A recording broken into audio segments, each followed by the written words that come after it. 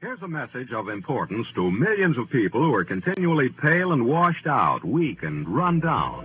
Doctors will tell you that these conditions are often caused by a deficiency of iron.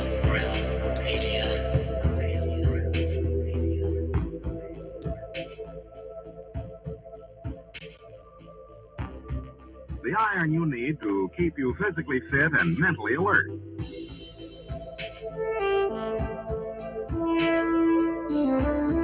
Medical studies show that 2 out of 3 women and many, many men lack the daily iron your body requires in a form your body can easily use and put to work.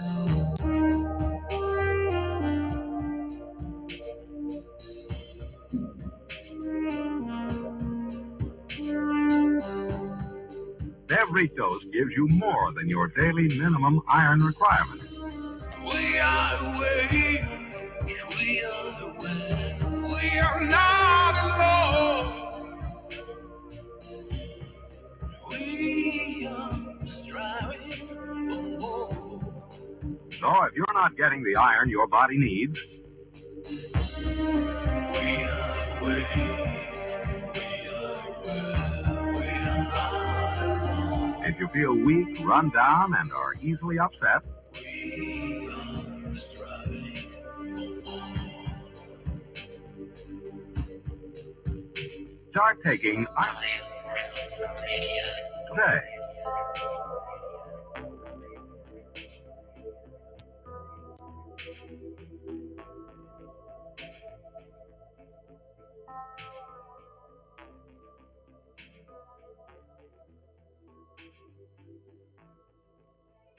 It's Friday, my dudes.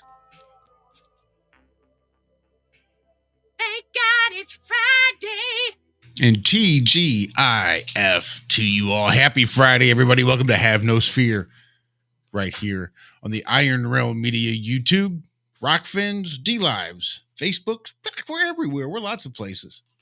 But welcome. And we've got a really badass show in store, in mind, planned. And based on the conversations we've been having for the last hour or so, I think it's going to be really, really good convos. So make sure you guys stick around. Let's say hello to the gang, starting off in order of appearance with the crew, I guess. We'll start with Mr. Zachary Zabala, just because he beat Walter here. Zachary, how the hell you doing, sir? Finally waking up. I'm getting my eyes are starting to adjust back to normal now. It was a rough day for some reason. I couldn't fall asleep, and then when I did, I just slept forever and woke up all hot because I was all cold when I went to bed, so I was all nice and bundled up. And yeah, it was just one of those. I don't know. Woke up and I was just like, but now I feel a lot better. So yeah, can't wait. I was excited for this show though. So yeah. Yeah, this is going to be a good one. I know we were talking Wednesday that we were looking forward to this. I know Walter, he was too. Walter Johnson, you might know him as Flat Earth Head. They're on the YouTubes. Walter, how the hell you doing? Hi, how are you all? Well, I'm here. It's Friday myself. No nap. Rare for me on Friday. I'm an old man and I need my nap. But today it was kind of hectic. Getting ready for the Louisiana's Festival International Fair. Yeah. There's a little bit of event and we're all to go tomorrow, probably. Check it out. If not tomorrow, we can do it. Are you mobile? You sound like you're on a headset. I am not, but it could be the fan situation. It No, also was very like 60 or 58 or something like that this morning, and I woke up. I mean, I did wake up. When I went outside a little while ago, it was like 80, I think. But somehow it stayed cool in here until I went outside. And I got off the fans running. Yeah, it's one of those days. I can turn them on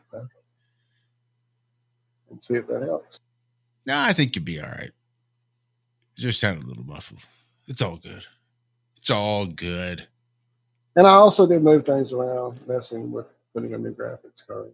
So I could have relocated my mic a bit off, see what I can do, sir. How are you, Josh? It's Friday as well for you. I know your Friday's a bit more hectic for you than it is for Zach and I.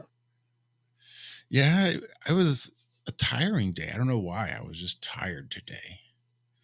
And then work has been frustrating, trying to get these things done in such a way that it's consistent and repeatable and passes all my tests. And we're just not getting at the parts we're receiving are subpar. And I guess there's a real threat of actually being having the contract canceled, having the government just cancel our contract. So we'll have to deal with that possibly too. So I don't know what the F. All because of these silly ass customers that we have supplying us shitty products. I don't know. So that's the headache. And then, yeah, getting up early. Again, almost forgot that it was Friday morning when my alarm went off. Thought, I'll just stay here, snuggle with my puppy a little bit with Esme, and I'll get out of bed. Oh, fuck. No, it's Friday. I gotta get up. But we had a really good show. And it's good because I'm getting back into the swing, back into the vibe. I had again enjoyed my time off a bit too much. Like, as much as I love doing this, I love not doing this too. I'm really, really loving not doing this right now. And I wasn't quite ready to stop not doing it. But nope, feels good. I'm digging it. It's a great show this morning. And the vibes are coming back for me, so that's good. That's real good. And I think this show is definitely going to help. Even after I booked our guests, Walt was trying to help take some of the stress off of me. And we were looking for the old show descriptions from the last time we'd had our guests on. And Walt looked and looked and looked. He's like, I don't know. Did it get taken down? I don't think so. I don't remember it getting taken down, but YouTube usually tells me, and I don't remember. It seems like that's something I don't know. That's weird. So then I started looking and I'm not finding it. I'm like, what the hell? There's no Have No Sphere. Which freaking Have No Sphere were they on? We're looking at them. We're scanning. We went back like 5, 6, Like 9 five months. times going, okay, I know it wasn't back in December. So see through these again. Yeah.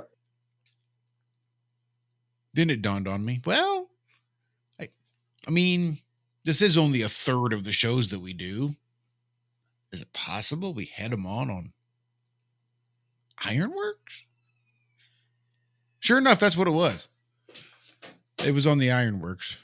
The audio, well, primarily on TFR's audio only. But I think it speaks to the level of perfectness with which these fellas fit in. Again, just vibed really well, I thought. And it was a great conversation and just had no clue. We could have had them on 5 times. I wouldn't have known. I knew there were shows in there. I just had to find them. So let's say hello to, he is going by, we got Big Skinny Matthew, my fellow Missourian. That's right. What's up, man? What's happening? How you been? Happy Friday. Happy Friday to everybody. It's the weekend. Spring is getting here. It's going to be beautiful. I'm, planning float trips and stuff like that, and vacation coming up in May. And so, yeah, I'm feeling pretty good right now. Nice. Where are you planning on floating? James River, I think. James River, but I don't know. I still haven't completely decided. We still. I still have a couple of ideas that I want to do, but I might head your way too. Is there? You're down by Rolla, right? You're kind of in that area. I grew up down by Rolla. Yeah, I did spend some time out there. I have river access there by Rolla. I'm still further east than that now. I'm almost to Illinois. I'm just a little bit south of St. Louis, almost complete other side of Missouri. But yeah, about halfway there, right around Rolla. Gotcha. We're right on the Gasconade River. It's a beautiful float. Okay. Mhm. Yeah. Like literally 200-foot bluff. My dad's house sits and overlooks the whole river valley. It's Nice. gorgeous. Nice. So like Hermium, that kind of area. It's really not too far from St. James. Okay. Say triangulating between St. James and Rolla, and then there's two small towns, Dixon and Vienna. And it's kind of a crapshoot as to what school you go to when you're living on those back roads, because it's all just a bunch of gravel back roads. It's pretty country out there. Yeah, that's Missouri. That's Missouri. That's Missouri. I spent 12 years in Seattle, and boy, I miss that. I miss the country. I miss Missouri. So I was glad when I came back. So, I don't plan on leaving. Maybe, I don't know. Well, I know this is only you. I don't know how to do this. Let's just get Jake right in here. Jake. Yeah. Jake Jones. You guys have seen him in chat as Intellectual Ketchup. Jake, how are you doing? Good to be here, man. You guys are reminding me of when I used to live in Illinois, and 30 to 50 friends of mine, we would annually go floating in Missouri. And this one thing I miss from there. I don't miss a whole lot from Missouri, to be honest, but that's one thing. But it also bums me out because I live in Northern California, where we have great rafting and kayaking places to go, and I've never gone. And every year, every season, I'm like, we got to go, and we just never get around to it. Yeah, it's tough, especially having grown up on a river. It's one of those things that now is just sort of natural, but like just a straight canoe. I'm not a big fan of motors. I like the sound of the river. I like the sound of the animals and the sound of the nature and the way the topography affects the wind and all, just everything. I don't want to hear a bunch of drunk rednecks coming up with jet boats. I didn't tell you this part. We would go, our friends would all plan this every year. And me and one other friend of mine, his name's John Webster, he and I would get a canoe, and we would get taken 22 miles up. And everyone else, we would plan it to where we would catch up with them. They're drunken, idiotic butts, doing stupid stuff. We would catch up with them in 2 or 3 days, and we would enjoy it. We're 22 miles up. We would tip the guy extra money to take us further upriver, and there would be no one around, and the people putting us in the water would be like, you realize you have nowhere to stop for 12 miles. You won't see anybody. And I agree with you, man. We loved it. It was fun. That is definitely ideal. I remember, just because my dad thought I should have some life experience when I was 17 years old, he sent me into Manitoba, Canada for 28 days. And we did a lot of, and it was basically like the old movies you see where the troubled kids go out into the wilderness to earn their stripes. And that's basically what it was. We spent 28 days living in a tent in a canoe, paddling through the lakes and the tributaries. And wow. Yeah, a lot of physical exertion when you're having to get canoes from one lake to another, and you're portaging all your supplies, all your food, all your gear, everything's in packs, and you got to get it from one lake, one source of water over to the other. And you're 4 miles with a 90-pound canoe on your shoulders, and you got to drop it off, turn around, walk back 4 miles with nothing, thank God, and then pick up another 70-pound pack. You learn real quick to pack as little as possible and to portage as few times or as short as possible. Yep. You might want to go the 4 portage trip where it's just 10 feet carrying it because there's a little waterfall there. Those are way better than the 1 portage, but it's like 80 rods, which is like, a quarter mile. Yeah, don't do those. Yeah, I've done bunches of those. It's no fun. We learned our second year out there how to plan a trip, because that first year we learned the hard way getting to our campsite. Yeah, there's no doubt, and thank God we had people there that actually knew what they were doing, because even there in the provincial forests, you're out there where there's a good chance humans haven't stepped foot.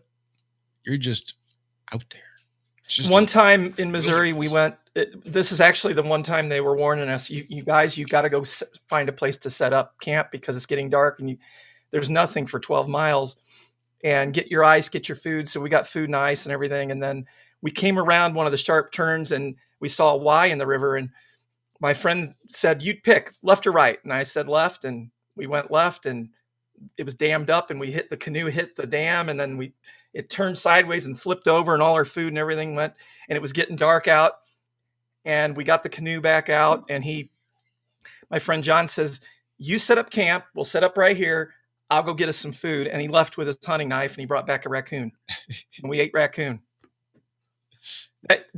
He's the one friend I have that I will go anywhere with because he knows how to go get food. He doesn't need a gun. He just Yeah, that is so cool. Yeah, That's pretty awesome. He's That's pretty crazy awesome. like that. It is. I've tried to keep up with him going through the woods when he is hunting, and he's like, "Dude, don't follow me. You're not going to keep up." And I have to give up and turn around. He'll be slithering through mud and on his belly. And he's done this several times growing up. He'll just bring an animal out of the woods that he killed without a knife with a knife, but without a gun or anything. Survival, man. I think he jumped out of a tree and got a deer one year. He jumped out of a tree and got a deer. Just killed it. It's like Rambo. He's hiding up in the tree and then jumped out. I can't remember what he That's killed what he for a did, long time. though. That's crazy. That's crazy. But we all need to know how to do these things. I mean, that's survival, man. Absolutely. So, well, we had some good pre-show conversation going. And I had a few things I didn't get to chime in on because I was driving. But Right, you guys start over from when I came in. Go. And go. Rewind. The one thing I was going to say we were talking about our show coming up on Sunday morning was that I think that we're going to be showing more reasons for the lies and why they're hiding the true nature of our realm. And I think it's going to bring together a lot of aspects, both on the spiritual side and on the scientific side. That's what we're trying to do, is bring the two together. And we're putting out our theoretical realm models. And we're going to both work together to try to come to an agreement. Matthew and I will probably never agree. But, we're going to be working on that, and then we're going to get everyone's input on that. But, a lot of people think we don't need a model. I think what you're going to find out after our show, you're going to realize how important a model is, because it's going to tie in so much of the deception, and it's going to tie in why so many aspects about the globe that have been flipped upside down and everything, inside out and everything. So hopefully we either confuse the hell out of everybody, or we help, connect some dots. We're going to be dot connectors on Sunday, basically. Oh yeah, definitely going to be doing our best to do it. But that's kind of one of the things. And so I guess just for to frame it, I operate in this space where I think it's okay to be wrong. I think it's okay to make a mistake, and I think it's okay because if I come from a place of fear where I'm afraid to say something that's wrong, then I'm never going to do anything.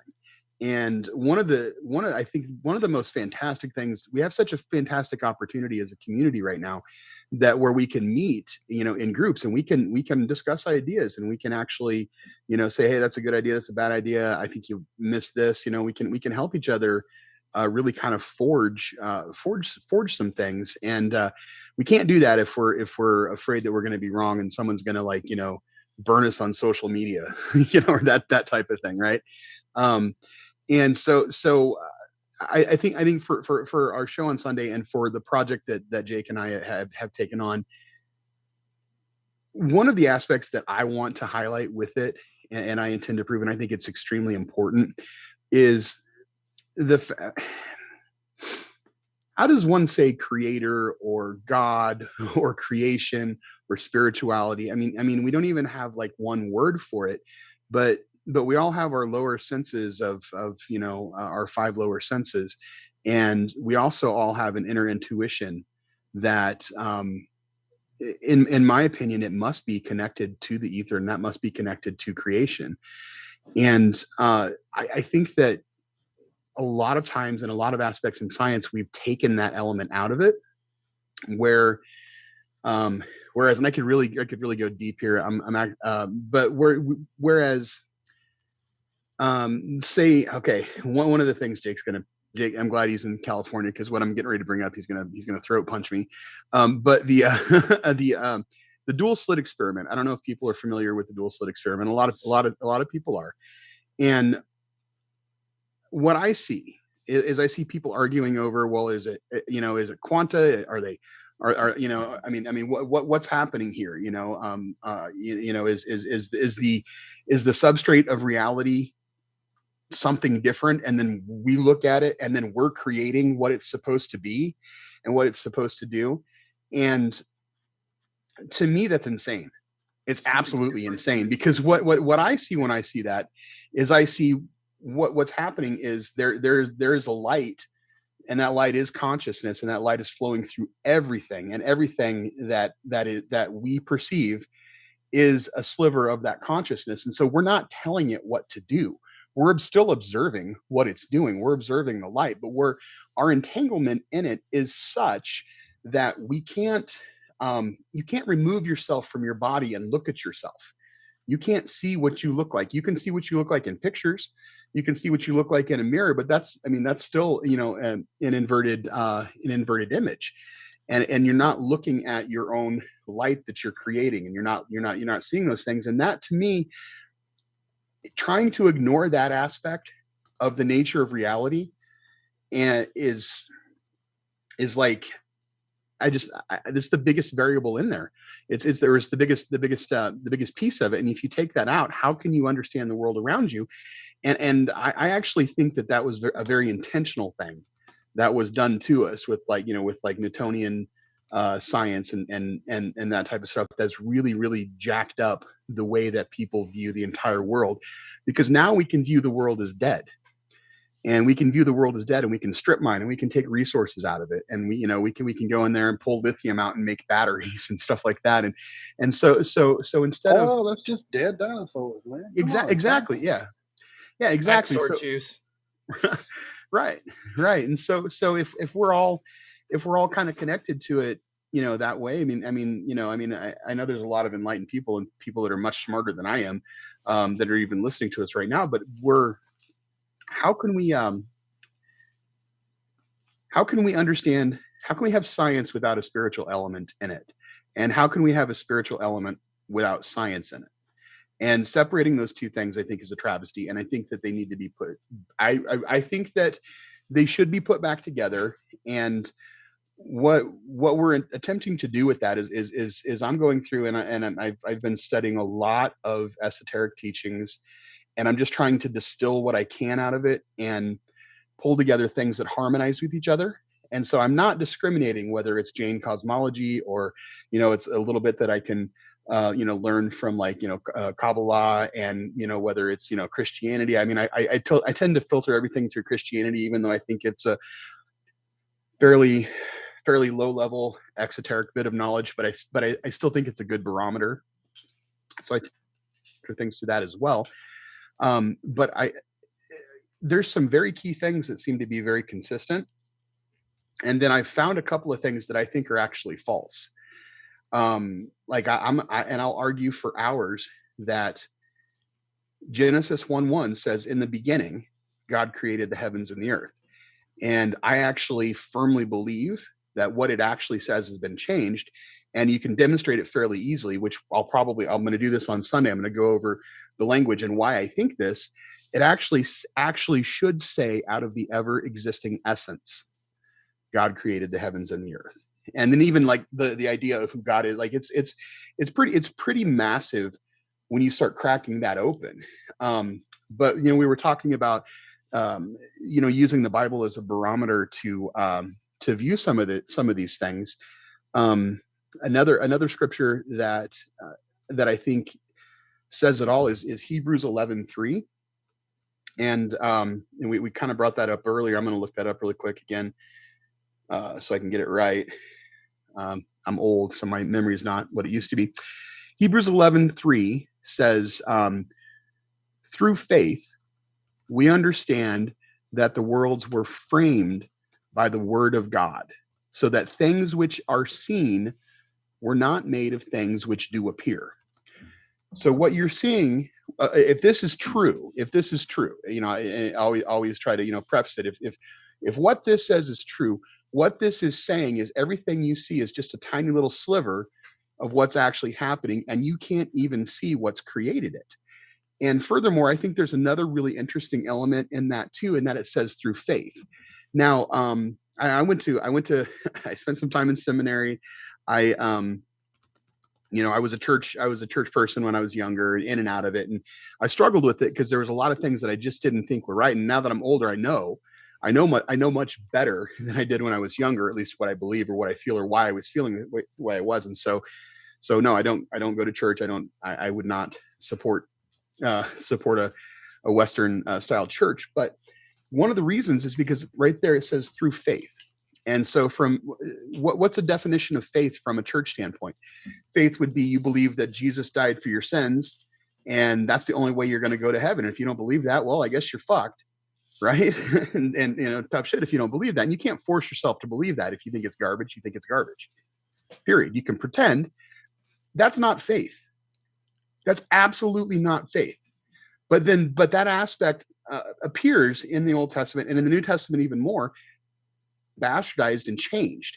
And when I read this and it says through faith we understand, what I hear is I absolutely 100% hear that it's not through faith, that it's not through Jesus that I understand this.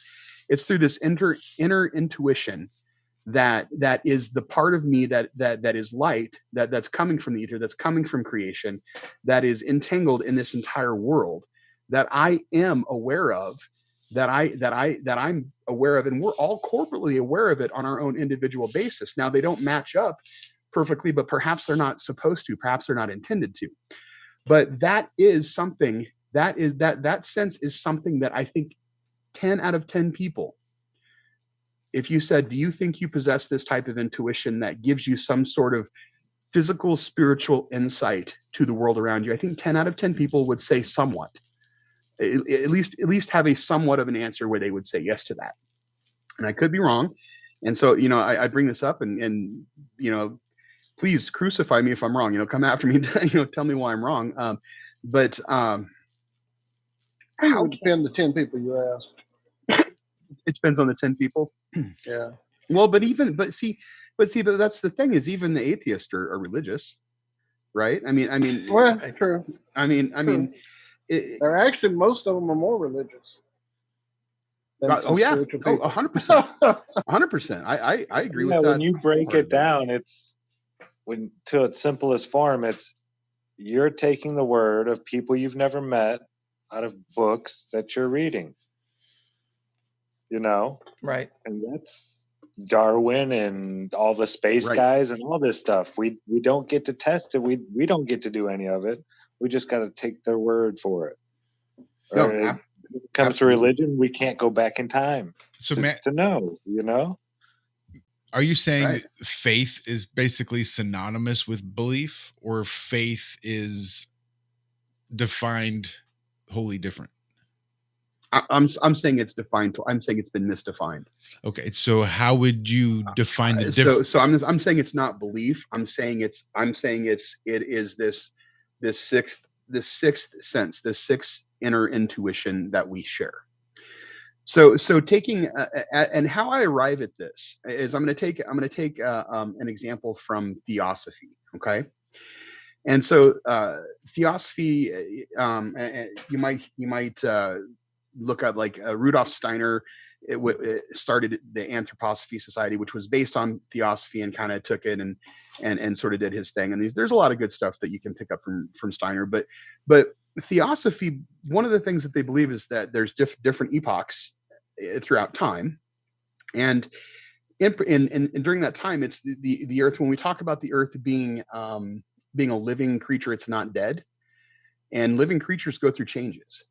They go through changes. They go through maturation process, and they change. And theosophy kind of actually entertains that idea. And they also entertain that idea when it comes to, humans. And so now we all understand evolution, and we think, people, evolution's kind of, it is what it is. But there could also be some esoteric or even occult higher knowledge where it comes to that. And theosophy tries to answer some of that. And one of the things that I think is very, very fascinating to me was studying theosophy, reading about the Lemurian epoch. Okay, and the Lemurian epoch was a time in mankind where we were physically different. The world was different, and our senses were different as well. The Lemurians didn't have an active memory. They didn't have a language. They were and they were also cyclops. They actually had one eye, and that eye, according to theosophy, was in the place kind of where your pineal gland is. And so what they saw when they looked at things visually, they saw colors, they see spiritual aspects that we don't perceive. Their entire perception of all of it is completely different. And so what I would say faith is if I tell you that you're rewarded by your faith in Jesus Christ with eternal life in heaven, and you have this one life and that's it. But what I would actually say faith is faith is that's an awareness of the ether, an awareness of the substrate that creates reality that we see. You just mentioned Jesus. Can you be more clear on what you just said? Because it confused me what you said, and if it confused me, it probably confused some other people. Sure. So church would say that for most part, the church would say faith is church would say, not you. The church would say, not me. Faith right. is believing in Jesus, and that if you believe in Jesus, then you're saved from your sins, and you live eternal life in heaven with God when Jerusalem comes down. You know, you can read about it in Revelations, right? More than that, though, I think, again, we can sort of, they're using faith and belief as synonymous. When your life is hard, you need to have faith that God is in control. You have to have the belief there, right? So you can still use that. So it's not that faith is the belief in Jesus Christ. It's that faith is that you have faith that Jesus Christ is the sacrifice Son of God. Absolutely. Because what you can do with that now that you have people that are confused with that, what you can do, and I'm gonna say this, and everybody, this is gonna probably make some people are not gonna agree with me on this, and that's okay. And you guys, I'm not gonna give you my address, so you can't come physically beat me up. You can take something like the Gospel of Thomas now. And instead of going out and laying out the Gospel of Thomas and saying, okay, this is another part of the Bible, and it's a Gnostic gospel that should be in there, what they did instead is they came out with something called the law of attraction. And so you take things but the law of attraction actually comes from the Gospel of Thomas. It comes from when Jesus, actually not Jesus, Jesus's brother Thomas, taught about how to pray, and you can basically said any when you pray, if your belief lines up with your desire, then you'll get what you're praying for. You'll manifest what you want. You'll create it. And how do we know there? How does that even make sense? How do you measure that? Exactly. It doesn't make sense. And so, but that goes back to the point I brought up about the dual slit experiment too, is that if I think I'm creating the outcome by my expectation, then I think I'm God. But if I think that there is something that's always been in existence that is creating the outcome and creating my expectation, and what I'm doing is I'm perceiving that thing through my eyes, just through my lower sensory perception, then there is something bigger than all of us. But then that also starts to take away the aspect of personal choice, and you start, and when you get into that, you start getting very dangerously close into saying, well, then we don't actually have free will. Everything's already decided for us. We're already going to go through this process and down this step. And I don't know that that's necessarily true either, but I don't think that. I guess. Well, and the point I'm getting to, and I guess which you brought up about faith and belief and confusing faith with belief. So if I believe this is true, that I can create things just out of sheer will, you're going to run into times where you think that that's happening. you're going to run into times where that's going to be true. And once it is true to you, then all of a sudden you've had this sort of counterfeit spiritual experience where you're seeing some aspects of it and you're experiencing and feeling some aspects of creation and just spirituality in general, but it's a little slanted and it's not exactly probably what's happening around you. Terrence McKenna, I pulled this up. I had a friend that actually sent this to me today, and I thought it was perfect. It's something that Terrence McKenna said. He said, "You aren't naked when you take off your clothes. You still wear your religious assumptions, your prejudices, your fears, your illusions, and your delusions. When you shed the cultural operating system, you stand naked before the inspection of your own psyche." That hits really, really hard because Terrence said a lot of smart things. yeah, I mean, to me, that hits so hard because where that complete for me, and I want to hear, other thoughts on it, obviously, but for me, what that really boils down to is I can't really reliably take somebody else's ideas about spirituality and think that they're true. We can learn from each other, sort of like iron sharpens iron, to bring up the Bible, but we can learn from each other and we can sharpen each other. But I can't tell you what to believe and ever be correct. And the same goes for anybody else, other than the fact that none of us, absolutely none of us know, but we all know that there's something. Is that like we were talking before the show? This isn't something you find in a book. It can't be written down. It's when you are young and you burn ants or you step on them or do whatever, and then you finally realize what you're doing and have that, oh man, that was bad. That's the book. That's the manual that everybody has. That can't be, taught, taken away, anything like that. It's just in you. Mm-hmm. There's a lot of things that Matthew and I agree on. There's a lot we disagree on, but I think we both agree that, the earth is alive. I think he agrees with me that everything's full. There is no disconnectedness between what we see in the sky and ourselves. It's all connected. It's fullness and everything's one. I don't know how many times I've had this happen to me. I literally sometimes purposely try not to think about somebody that I don't want to talk to for a while, because as soon as I think about them, guess what they do? They call me and we're on the phone for hours. And I'm not trying to be mean. If you knew who I'm talking about, you'd agree with me. But literally, if you think about somebody, boom, an hour later, they're calling you. I haven't talked to you in a month. It's because you thought of them. Probably. I think that's true.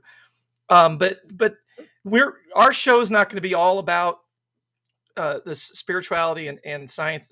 Spirituality. It's going to be the two and coming together. And Matthew's not going over any aspects of what he's going to reveal on Sunday. But it all ties together with all these ancient religious manuscripts and texts, and we're digging into the oldest stuff we can find. I'm even using an OCR, which is it looks at images and it'll give you back text, and I'm putting Latin images of Latin textbooks up, and I'm having to upload images to trying to decipher what the heck they're saying about these different cosmologies and everything. And it's a lot of work. It's super time consuming. And I'm frustrated because I want to know that I'm right. And I'm just not going to know. There's just no way I'm going to know. But I think I want to be able to present something on Sunday that makes people scratch their head and go, wow, I never looked at it that way. And instead of saying, boy, Jake's nuts, and just dismissing me, I want them to join in on the conversation with Matthew and I. And I think Matthew and I are going to align pretty well on several things, but some things might be out of place where they sit, right? Or what we think they are. But if you'll know what I mean when you see the show Sunday. I'm confusing right now, I know, but you'll see what I mean, and it'll all start falling together, I think. Oh yeah, so much art and stuff like that, sculptures, this and that, has hidden esoteric meanings that certain people look at it and know. Just, they were taught. But if a lay person look at it, it's just a pretty painting with, well, there's a pillar over there and a pillar over there. One has a J, one has a B. I don't know. I don't know what that stands for. Oh, well, and that's it. Pretty painting. While other people look at it and they're like, wow, that's like a Masonic picture. And they're talking about Joachim and Boaz. And, it's hidden right in plain sight so much. And that's why I think they preserve certain pieces of art. I really do. And why they It's not so destroy. much who painted it, it's what the image is saying. It's also One why of the they videos destroy I want art. to do for the Intellectual Ketchup channel is I've been working on it for years. I just keep saving images and after image. I want to do a video just on logos and this occult knowledge that's hidden in logos. There's Oh, so yeah. many. Oh yeah. Yeah. So Yeah, you sent me quite a few of those too over the years too. And Jake, it's fun being Jake's friend, and you get text messages in the middle of the night, and it's a picture of something, and you're like, what the hell? And 2 days later, he's like, remember what I sent you? Okay. Yeah, we both text each other. It's 24/7. challenging. Yeah, but it's fun. It's been great getting to know Jake, and just having having somebody to argue with. Somebody Matthew's always asking me questions like that frustrate the hell out of me. He's like, don't you realize how smart I am? Not in those words, but he says something to that effect. And then that makes me mad because I'm like, now, don't you think I'm smart too? I mean, if I'm smart, why would I have you as a podcast partner? I mean, come on. What are you telling me? I'm stupid or something? Of course you're my podcast partner because you're brilliant. I mean, did you just tell people that I come to you and say, Jake, don't you realize how smart I am? That's how I handle disputes with Jake. I go, that's Jake, not the words he uses, No, but Jake, it's like he says, come on, I'm bringing something to the table here. Like when we're arguing, I'm like, I know you are. I know you are. Like, that's the whole point of the show. He knows everything I don't know about so much. It's unreal the amount of years and of his life he spent studying the stuff that to me was unscientific. But now I'm realizing it. I just turned 48 on the 13th. I'm realizing how stupid it is that I didn't spend more time on it. But he did all the work for me, and I can feed off him and learn from him. And then he can help me stay away from all the nonsense, right?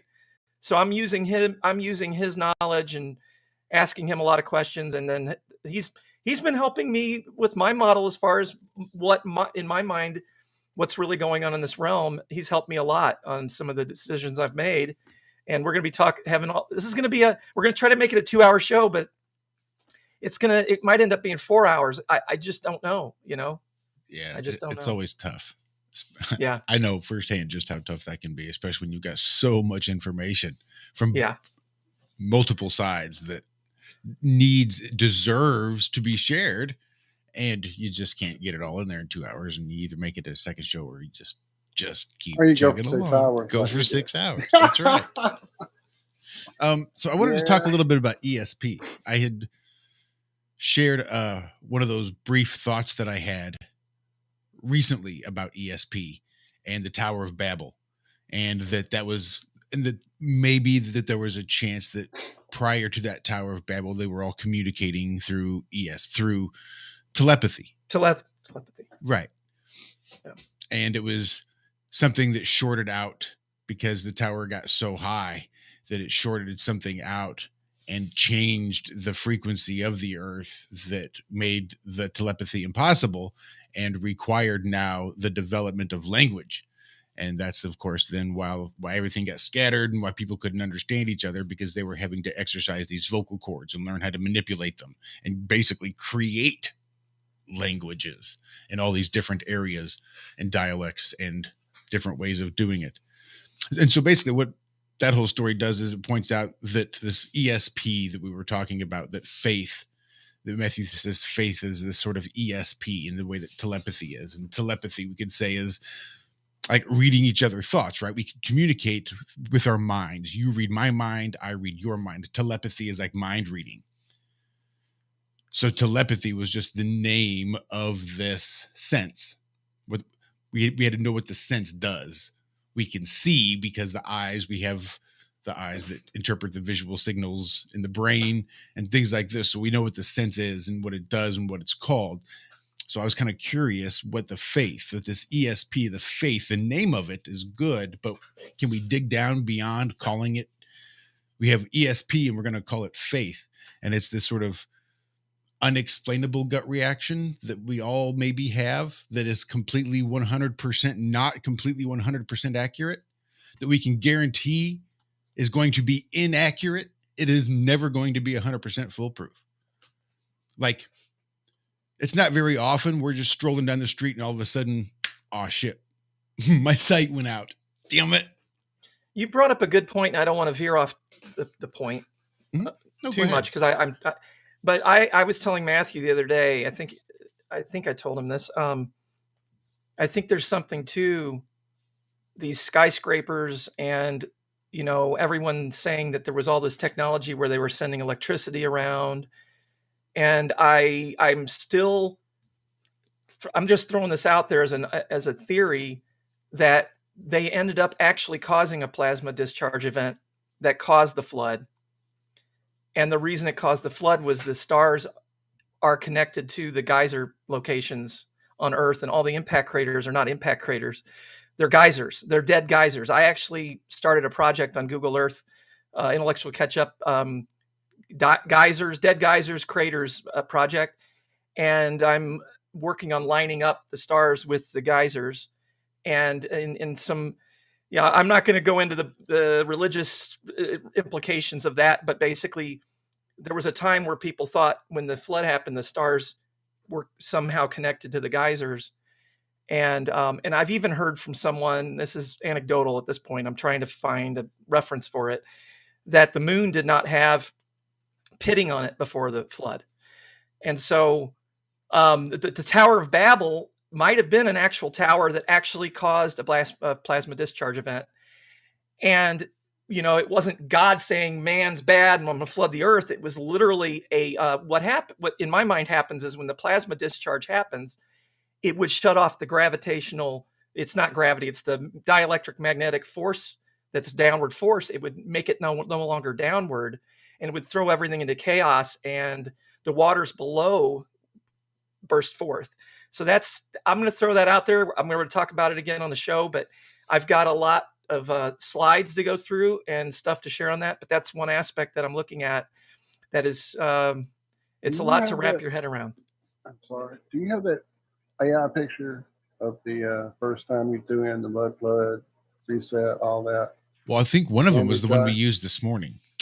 Was it? I'm pretty sure. Yeah, it was one. Oh, of no, them. I couldn't find the picture, man. After I saved it, I just threw one in there. So it's not on the show this week. Right on. The one you gave me this morning was just a logo. The mud flood was actually the flood, right? And what happened was the geysers. Plasma, right. If you look at the dead geysers that they call impact craters, you'll see the soil is washed away all around these larger impact craters, and you can see it was a clear geyser came up. And if you look up dead geysers, they look the same, but these are just gigantic, like 50 miles wide and everything. And yeah, we all have to agree a flood happened. It wasn't a mud flood; it was a flood, and the geysers washed the mud away, and it caused mud to cover everything. Yeah, sediment relocates during a flood, and when the waters recede, the mud remains. Yeah. Yep. Right. So if we're not, sorry, I wanted to get back to this idea of faith ESP. as ESP, right? Yeah. Because I'm squirrel. Totally down with it. I operate so much of my life trying to exercise that muscle. Again, this is where I play devil's advocate, and it's going to come out so convoluted because it's the very same conflict that I have going on inside my brain, which is why I'm so eager to have these conversations, because these are the intricacies that my brain is constantly trying to pick apart, or things like this. I believe there's telepathy. I mentioned it earlier. I'm 100% on board with that. ESP, I don't think that we can predict or see into the future. And Matthew and I disagree on this, I think, a little bit. Well, I would consider prognostication would be that sort of, and think of extrasensory perception is just that. Extrasensory perception. Yeah, sure. Sense number 6 and beyond, whatever that is. Right. It's everything right. that's extra beyond those primaries. Matthew, go ahead. You want to say something? Might be part of the. Go ahead, Walt. No. It might be part of that whole thing. repetition, the idea that either we have to come through this life again, do these things again to figure out the way to step to that next step, refine the sauce, get past where you are, or that whole idea of time not really existing, where we're really from.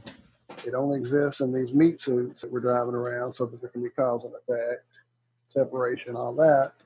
So that idea of seeing in the future, prediction, etc., where all that most of the time is just played up through the media, it's happened for me. So the idea that we have some access through one of those means, either that repetition of being here so many times, time not being a real thing, and if you're in a certain frequency, you can get through it somehow with seeing things through these states of, again, I do a lot of esoteric, ethereal, astral stuff. So during that time when that happened more than once, yeah, it was frightening. And definitely, yeah, there's no doubt for me, personal experience, that it is something that can happen. Now, whether it can be called forth at will, I don't know about that. That one seems kind of iffy. That's kind of interesting. Whether like you can will it or do it. So the question that I would ask about that is, where is knowledge and information stored physically, and where is it stored physically? It comes from something, comes from somewhere, but I mean, is our brain like a hard drive? I don't know that I necessarily think that. I think that a lot of the memories and a lot of the knowledge, I mean, it basically it's almost like stuff that you're accessing continually. So where, Jake, you're talking about thinking about somebody, and then they call you and then you're like, damn it, now I got to talk to them, because like it's interesting that you say that, because this is something we've never had this conversation. I can literally tell when you've shut yourself off and you're working on something, because I can't feel you at all. And then I can tell when that's changed. I've thought that myself. Yeah. And I mean, because I can tell. And I'm sitting here going, he can tell I'm busy. Yeah. Yeah. And that's but when it comes to when it comes to are we particles, again, the good old the thing that everyone hates to talk about, the dual slit, are we particles or are we waves? Well, the argument that we're waves, or that everything is a wave, is that it's an instantaneous connection. And so there's no reason to think, like, we know in our brains that we have new neural pathways that we form when we learn new information. So literally it's like in your brain, you're moving, you're literally moving to a place in your brain that is accessing where that information is at, because it's literally always there. The information about everything, the information about our world, about our realm, about creation, about everything, is literally always there. It's just limited to how you can perceive it and your perceptive ability thereof. There's no reason to think that ends with the physical limits of our body and our own brain. There's no reason to think that doesn't just continue into the connection that we all have. And the issue is that we don't ever exercise that muscle. And as a matter of fact, do we not only never exercise that muscle, but we want to operate from a position of separation from each other, and we want to believe that we are not the same. We even if we can, it's nice to come to that belief too, and say, oh, there's no separation, but but we literally in our ego, in our meat suit, we want to believe that we're separate. And there's no real reason to believe that, and there's a lot of reasons, I think, to believe the contrary, actually. And that experience that you just had right there, that's one of them, where we can corporately talk about it and say, well, even though we're not in the exact location with each other, we're not on the phone or anything like that, I can kind of feel what's going on here, and that's because we got a good neural pathway going to each other's brains, I guess, you could say. But we're attached, we're getting information out of the same frequency, and there's no reason to believe that you couldn't also communicate through those frequencies. And as a matter of fact, that's really what we're doing anyway. I mean, the information that for this show, for this podcast, that's being broadcast on somebody's computer or their iPhone that they're listening to us, what they're hearing is they're hearing the result of a frequency being decoded and given to them in a certain level that they then understand visually with their eyes, and they can, understand audibly with their ears, and we're speaking in English, which is the language that they're tuned to. I mean, it's all, there's no reason to think that is why. I guess I don't understand why it wouldn't be obvious that connection is just, that connection goes past our sensory abilities. So when, this kind of comes back into what, and this absolutely ties into Sunday when we're going to be talking about the stars, and we're going to be talking about the moon, the sun, the planets that we see. All reality is just, it's light perceiving light is what I would say, because when I love, I bring up the Bible again, but I love the creation story in the Bible because it's a chronological thing. You have God said, "Let there be light," and there was light. And then, like 4 days later, God created the sun and created the moon and created the stars.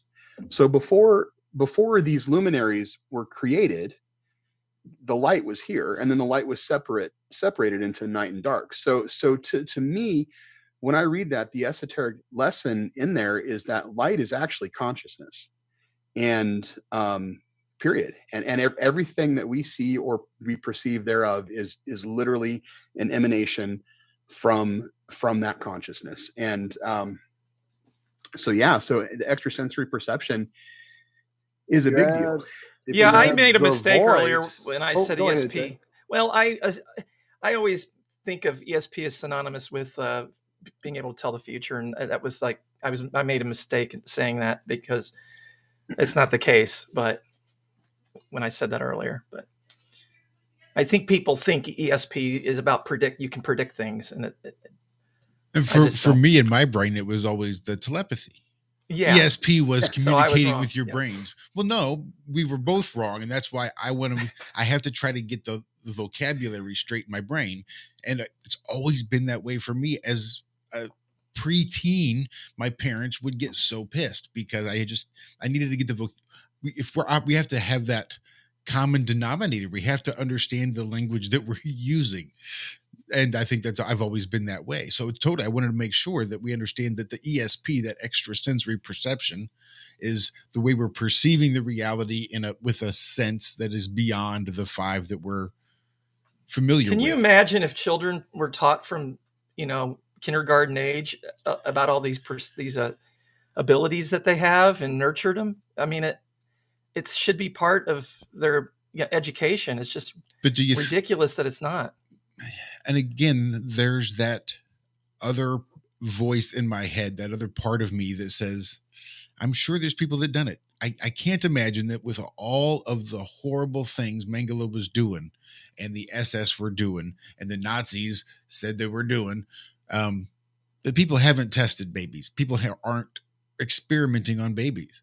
Well, I think if it were that easy. That's not what I meant, but hey, well, I mean, but that's what I'm saying. There would have to be a way that we could show that all we have to do is change the way that we bring up the children, change the words that we use. If we tell them different things, then they will be able to then do different things than we did.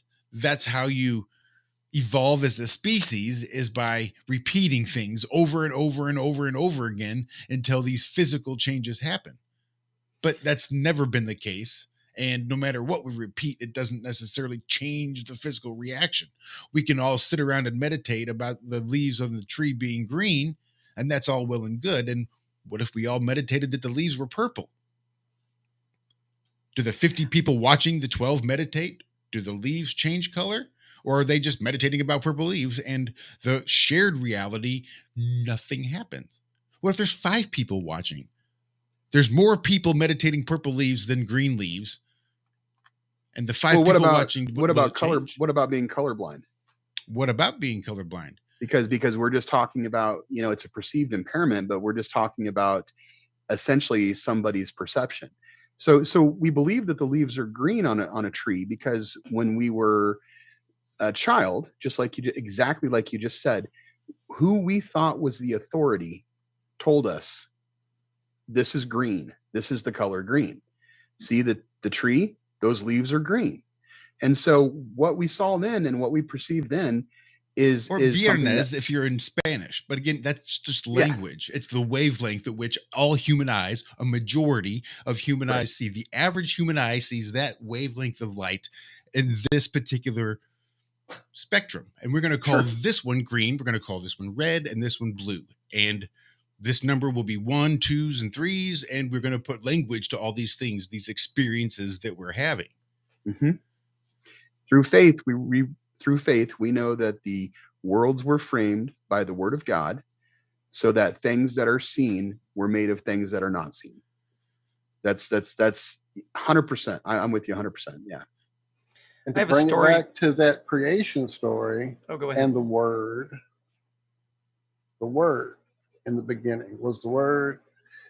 That to me is right there, the frequency, the vibration. And if you add that to the light frequency, the word, the vibration, looking at cymatics, and that kind of all ties it all together.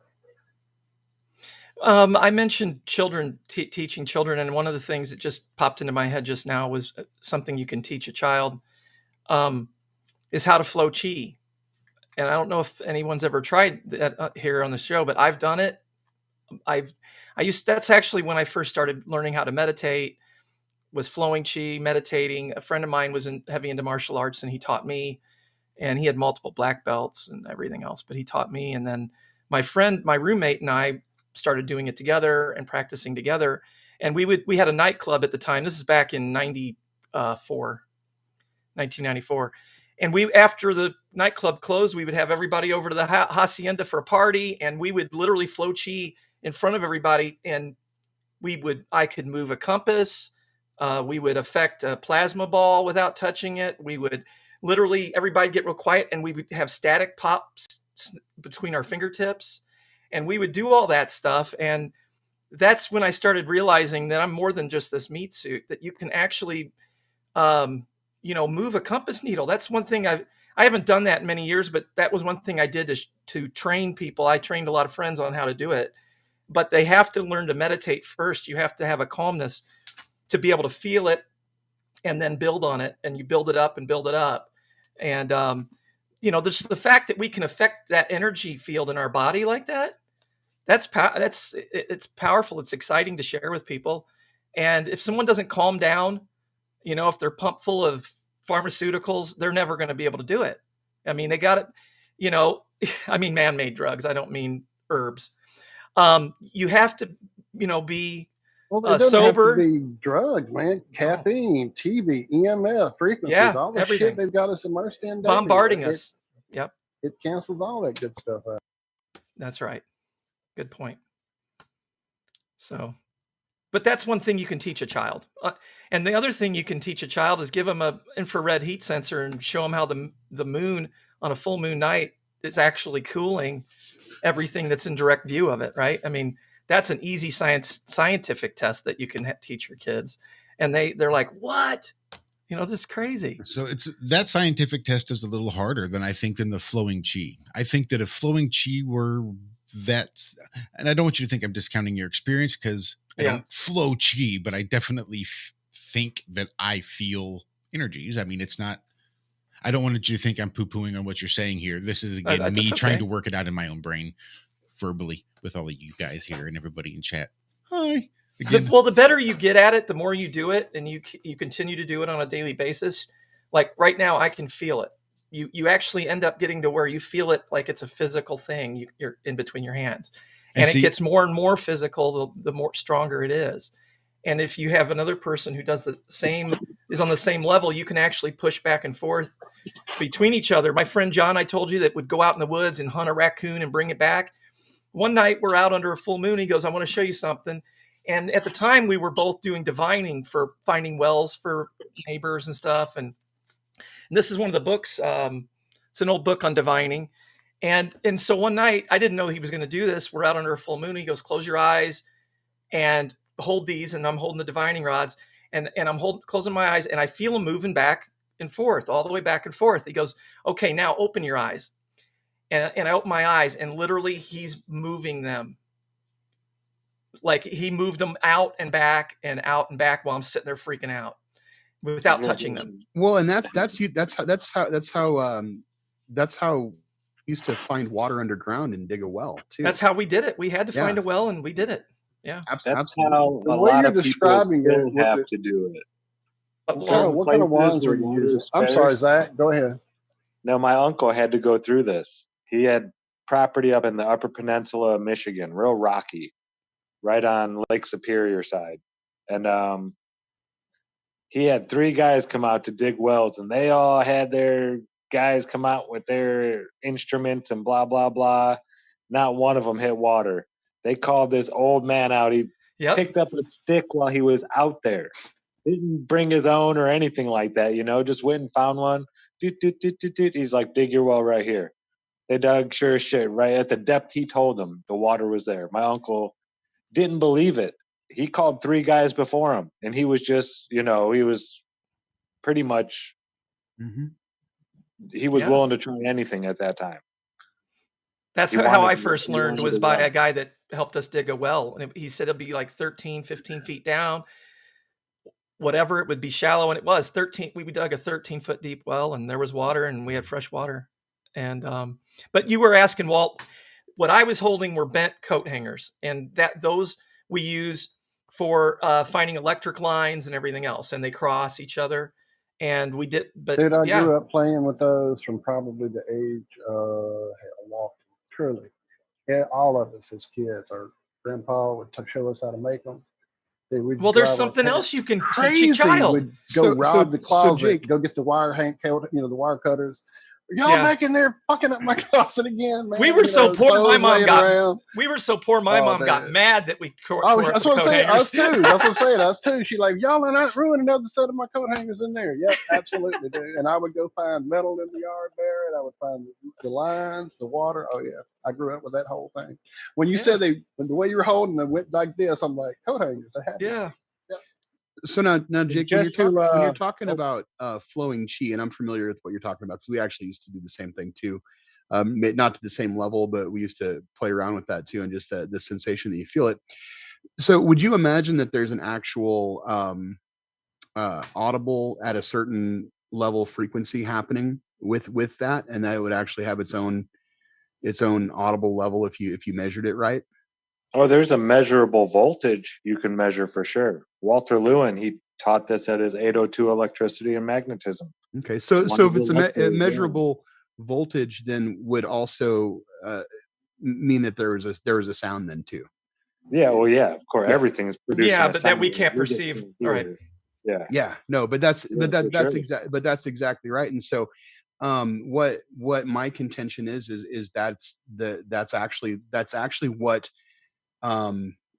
would be referred to as the light, I guess, in Genesis 1, where let there be light, let there be this emanation that's filling the vehicle in which we're all living in, and so everything travels through that and is that, and so yeah, 100%, there should 100% be the ability to have like telepathic communication.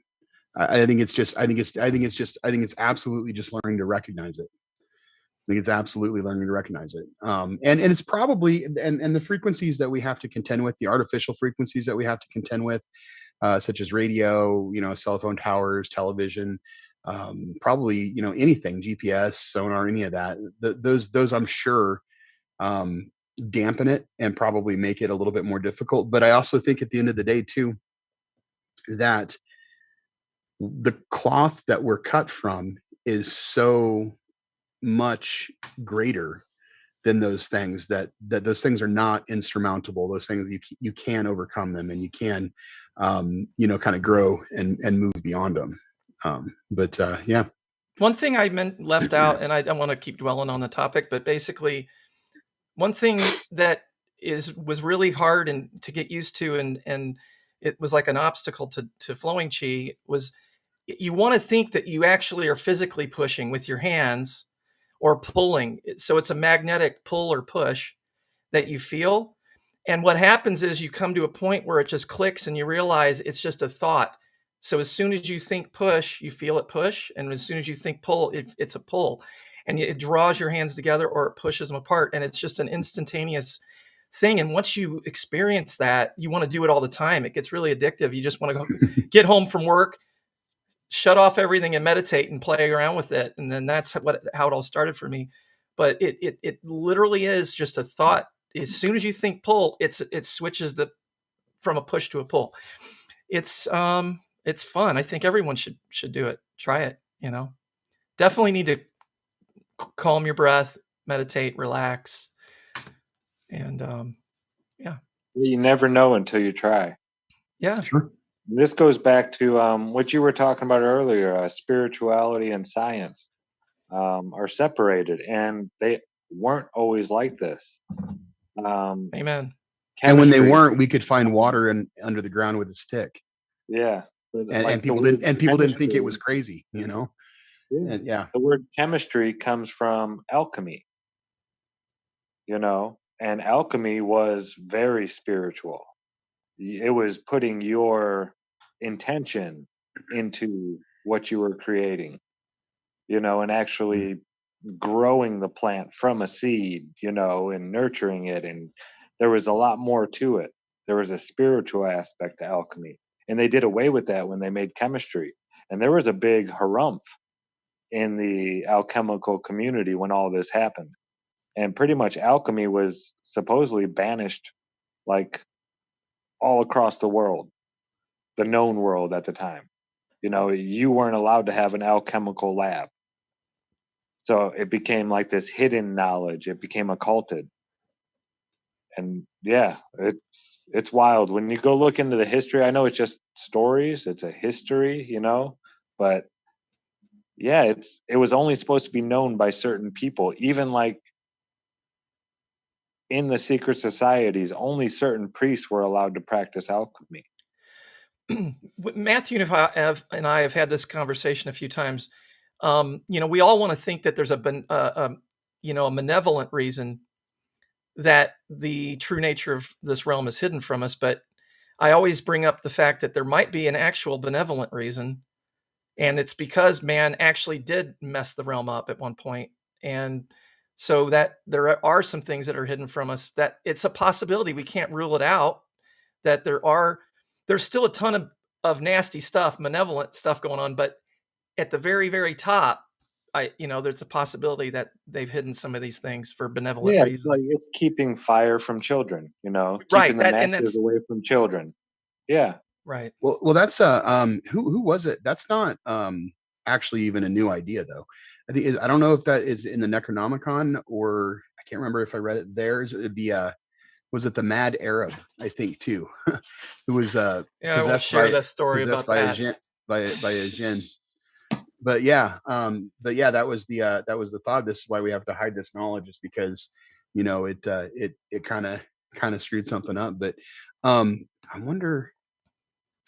I can share my screen. When we're talking about James, talking Knock about yourself out, please, Matt. talking Go about ahead, food. share, Gotcha. I know. I know. Be careful. I'm going to show you a picture. This is Carillion photography, love it.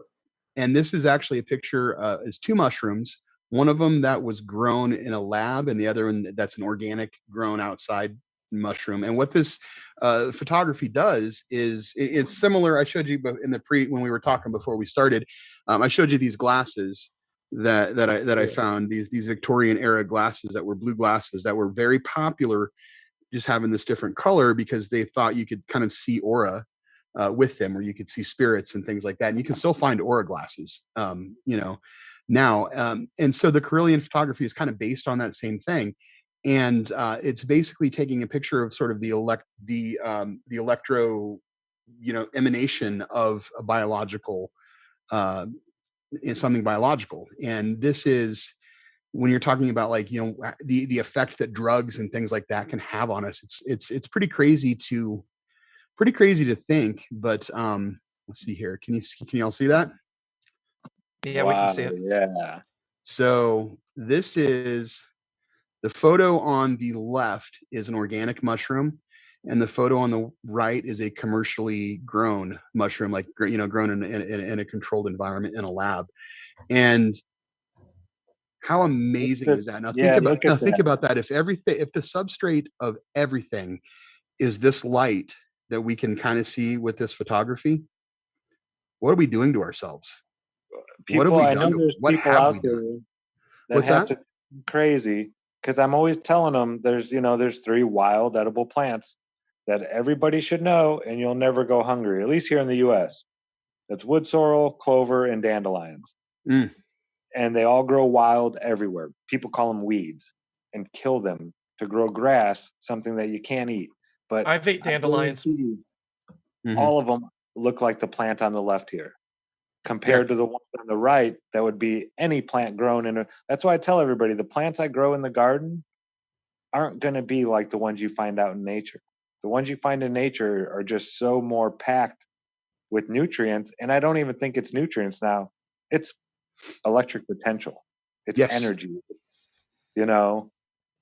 That stored energy. It's just got more life to it. This is one of the reasons. Perfect rows and separated all in perfect lines. But the more nutrients and the more minerals, then the better the battery, the better it is able to hold that energy. I think we call it nutrients and minerals because science wants us to buy man-made pills. Put a number on it. Stuff. Yeah. It's that energy potential. It's all that energy. That's what really, one of the main reasons I really got into, for a long time, I was raw fruit and vegetables. That's what I did. And then if I ate meat, it was sashimi. I couldn't get away from my sashimi, but, because I think you're getting the life essence and that you're absorbing that. And it's so much better for you, than cooking it and killing it. Yeah, absolutely. I'm going to make it a point from now on. I just had this thought, I think yesterday or the day before, walking around in the garden. I'm going to eat at least a part of every plant out there. Nice. Not just the fruit, but a part of every plant. A little piece of the leaf, something. Because that fruit is a new one. That's a new life. But I'd like a good idea. Every plant that I take care of and care for the rest of my life to be a part of me in some way. It's going to be in there. Some part of it will be with me. Yeah. Capalicious 420 says they call edible plants weeds and they call weed a drug. I know. I cannot stand hearing somebody say weed is a drug. That's why I said it was an herb earlier. I hate that. Because drugs are all man-made junk. It's in Greek, sorcery is pharmakia, right? So in the pharmaceuticals that came from sorcery, which again that goes back to kind of what, it's a really hard point to explain. I think some people naturally understand it, but every time I've come to somebody and I said, hey, look, science and spirituality should say the same thing. They're not separate. They immediately get pushback. People are like immediately, no, that's bullshit. Okay. I really don't think so. I'm going to share one more time. I'm going to give away one little bit of our show on Sunday. One thing that won't give away too much, but I'm going to show one particular slide teaser, and one. Teaser. What's that? I said, nice, a teaser. Yeah, a little teaser. I'm gonna show one particular slide, one video. I love this. And so this is, again, go back to creation in Genesis 1, and this is talking about the expanse. And so that the firmament. What I'm going to give away here is that I don't necessarily believe that like the firmament is a glass dome. And so what is the Hebrew word for expanse is rakia.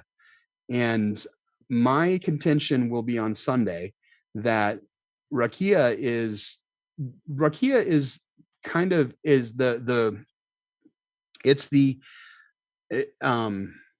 raka or roka, I think maybe is how it's pronounced, is the act of like pounding out a piece of copper into a bowl or into something. And rakia is sort of the result of that. And so when it comes to the earth being alive and being living, and saying that the firmament is viewing the firmament or a dome over the earth as a solid static piece of glass that was created and put there or whatever, it was a part of the creation, whatever you want to call it, that it's something that's said and done with, I think is incorrect. I think it's actually a continual thing. It's actually the result of the continual frequency and vibration of this realm. And this video is pretty fantastic. What this shows is this guy basically, and there's probably a lot of people that have seen this before, but this guy's basically just taking a hose and he's putting it and he put it over a speaker, and then he's just running different frequencies to the speaker, and it's causing the water to do different things. And I think it's stinking awesome. I think it's amazing.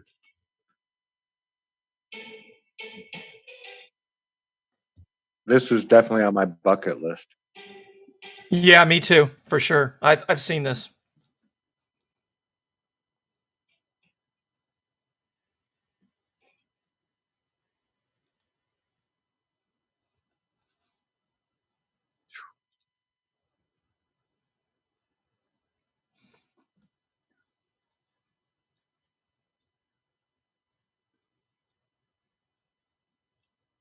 It's like the movie The Abyss, where the aliens had this water creature come in. The water tentacle.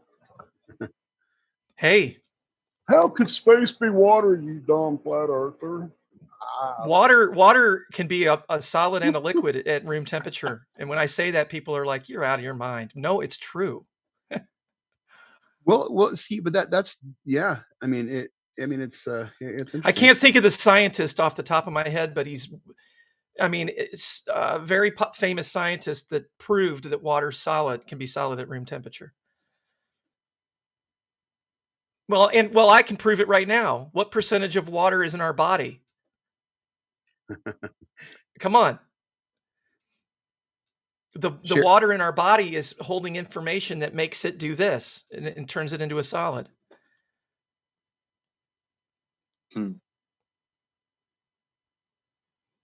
Vibration. Yep.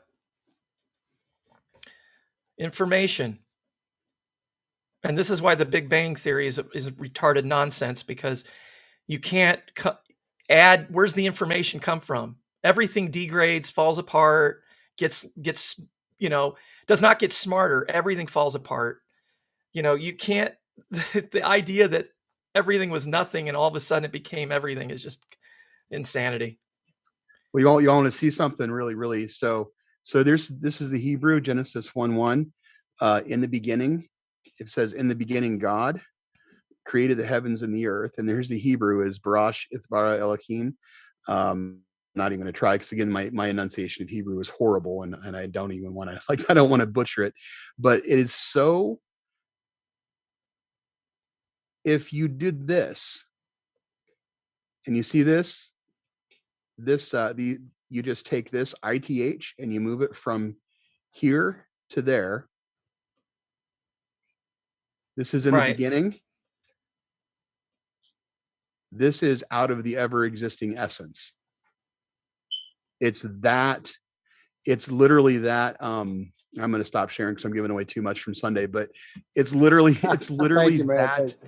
Yeah, it's literally right there. Like, some of those answers are so obvious. And that and what made me think of that, Jay, because you brought up the Big Bang. Because when I think in the beginning, I think the Big Bang. That's what it reminds me of. And if I believe that there was nothing and except for God, right? And all of a sudden God said, "Oh, Earth." Then how is that not the Big Bang? That's exactly what that is. It's exactly the Big Bang theory. And but if it's always been existing, if that flow has always been there, then number one, it's not going to go anywhere. It's still going to be there. And then number two, there is no Big Bang. It's literally creation is a continual movement of energy, of light, of Chemical this process. flow around us. Yeah, absolutely. Well, yeah, it's a one verse, universe. You There know, you the go. frequencies change, but the verse doesn't end. It's one verse. It's ongoing. It Yep. never stops. Absolutely, and that's the thing with the video with the water there too. I mean, if that frequency were shut off, right, then all of a sudden that water just collapses and so if we go with the Bible, saying there's waters above and waters below, and so maybe we're like in a fishbowl kind of or something like that. But if that frequency were shut off, then all of a sudden nothing exists. It's done. It's crushed. It's nothing exists. It's just apparently water is the ever existing essence. Maybe that's true. Who knows? But that's not what we're going to say on Sunday. That's not where I'm going to wind up on on Sunday with our show. But it's one of those things where we just got to keep questioning, and people have to, when we put this out, come and tell us why we're wrong. Seriously, come and tell us why we're wrong. Yeah. Tell us things that we don't think of and haven't seen. Right. Exactly. We're going to be, I said this earlier, we're going to be connecting a lot of dots and disconnecting some inappropriate dots that shouldn't be connected. Yeah, it's, I'm even going to go into my theory on where the sun gets the hydrogen from. So I'll just say it. What's the most abundant element? Hydrogen. What's the lightest element? Hydrogen. What's the element that gets to the uppermost plane? Hydrogen. It's the one that can make it there. When it gets there, guess what? It meets the source and it burns. And it cycles back, and when it burns, it turns into water. And when it cycles back, the tides raise and lower. So the moon and the sun are connected. Everything's connected. There's no emptiness. We're not separate from any of it. So I just gave away something too, man. Thinking that earlier, it's like a bowl of soup. There's all these different vegetables. There's broth. There's little globules of fat floating around, but it's all there. There's no. The broth is connecting all this stuff together. Yeah. Just a big old cosmic stew. I don't know if you guys have read a book by Jonathan Black, I believe, called The Secret History of Everything. No. I think I've heard of it, but I'll send you a link to one. I have a copy of it. I haven't heard of it.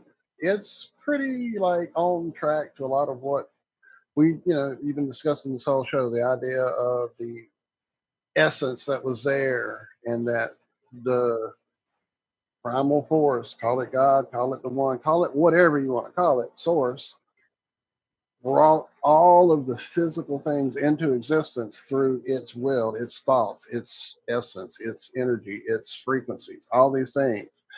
And it talks about the different phases of humanity and how at one point we basically were communicating just as you were talking about through our single eye that we had, not the ocular system or the vocal system.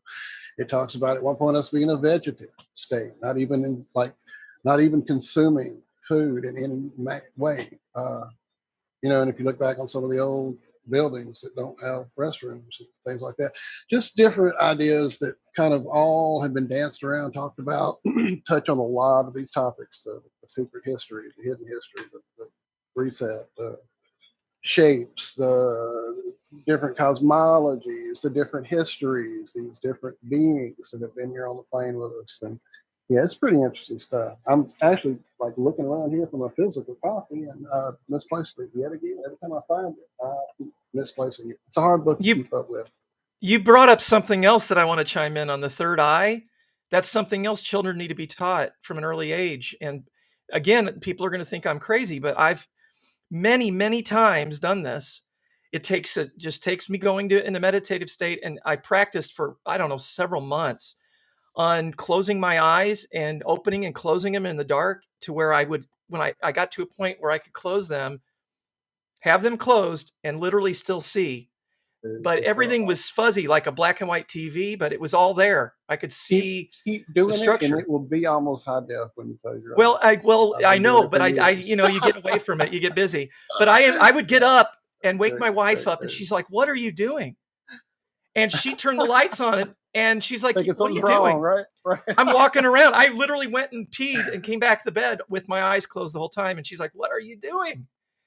And people don't realize you can do this. And here's the point. What if blind people were taught this before they were blind? Think about it. There's a lot of people who are born blind, but there's a lot of people who, if they already knew how to do it, I lose my eyes. Yeah, I can't see as well, but I can still see. I mean, if we all knew how to do it, that's it's one of those things you have to practice. It's like yeah. learning to talk, learning to walk. You don't get up and start. You're not a track star. It's a muscle. You have to use it or you lose it. I mean, you do. I mean, you You don't have to learn totally that lose it. muscle memory. Yeah, Yes. yeah, you'll have that muscle memory to some extent, but the more Yeah. you like, I can still ride a bike, but at one time in my life, I could ride a bike. You know, we would go Yeah. off trails and just through woods and all kinds of crazy stuff where people are like, "You guys are nuts." Now I would never even attempt to do any Yeah. of that stuff. It's Yeah. like being in tune. I was in Yeah. tune then. Now doing that, I'm out of tune. There's no way I would even attempt any of that stuff. Yeah. So these, we need to be practicing these energetic muscles that aren't physical, that we can't, it's not our hands, right? It's like it's a connection to everything. And no one's practicing. No one's, focusing on it at all. And it's so And easy. It's truly just a it really state is. of focus and consciousness. Oh, Early but you got to on, turn your football game but off, or yeah, you got to man, not watch your TV show. check your update. Don't make sure you got your notifications. All right, exactly. Early on, when I first was trying cannabis as a teenager, I met up with a real cool guy, played guitar. In fact, he sold me my first PV Backstage 30.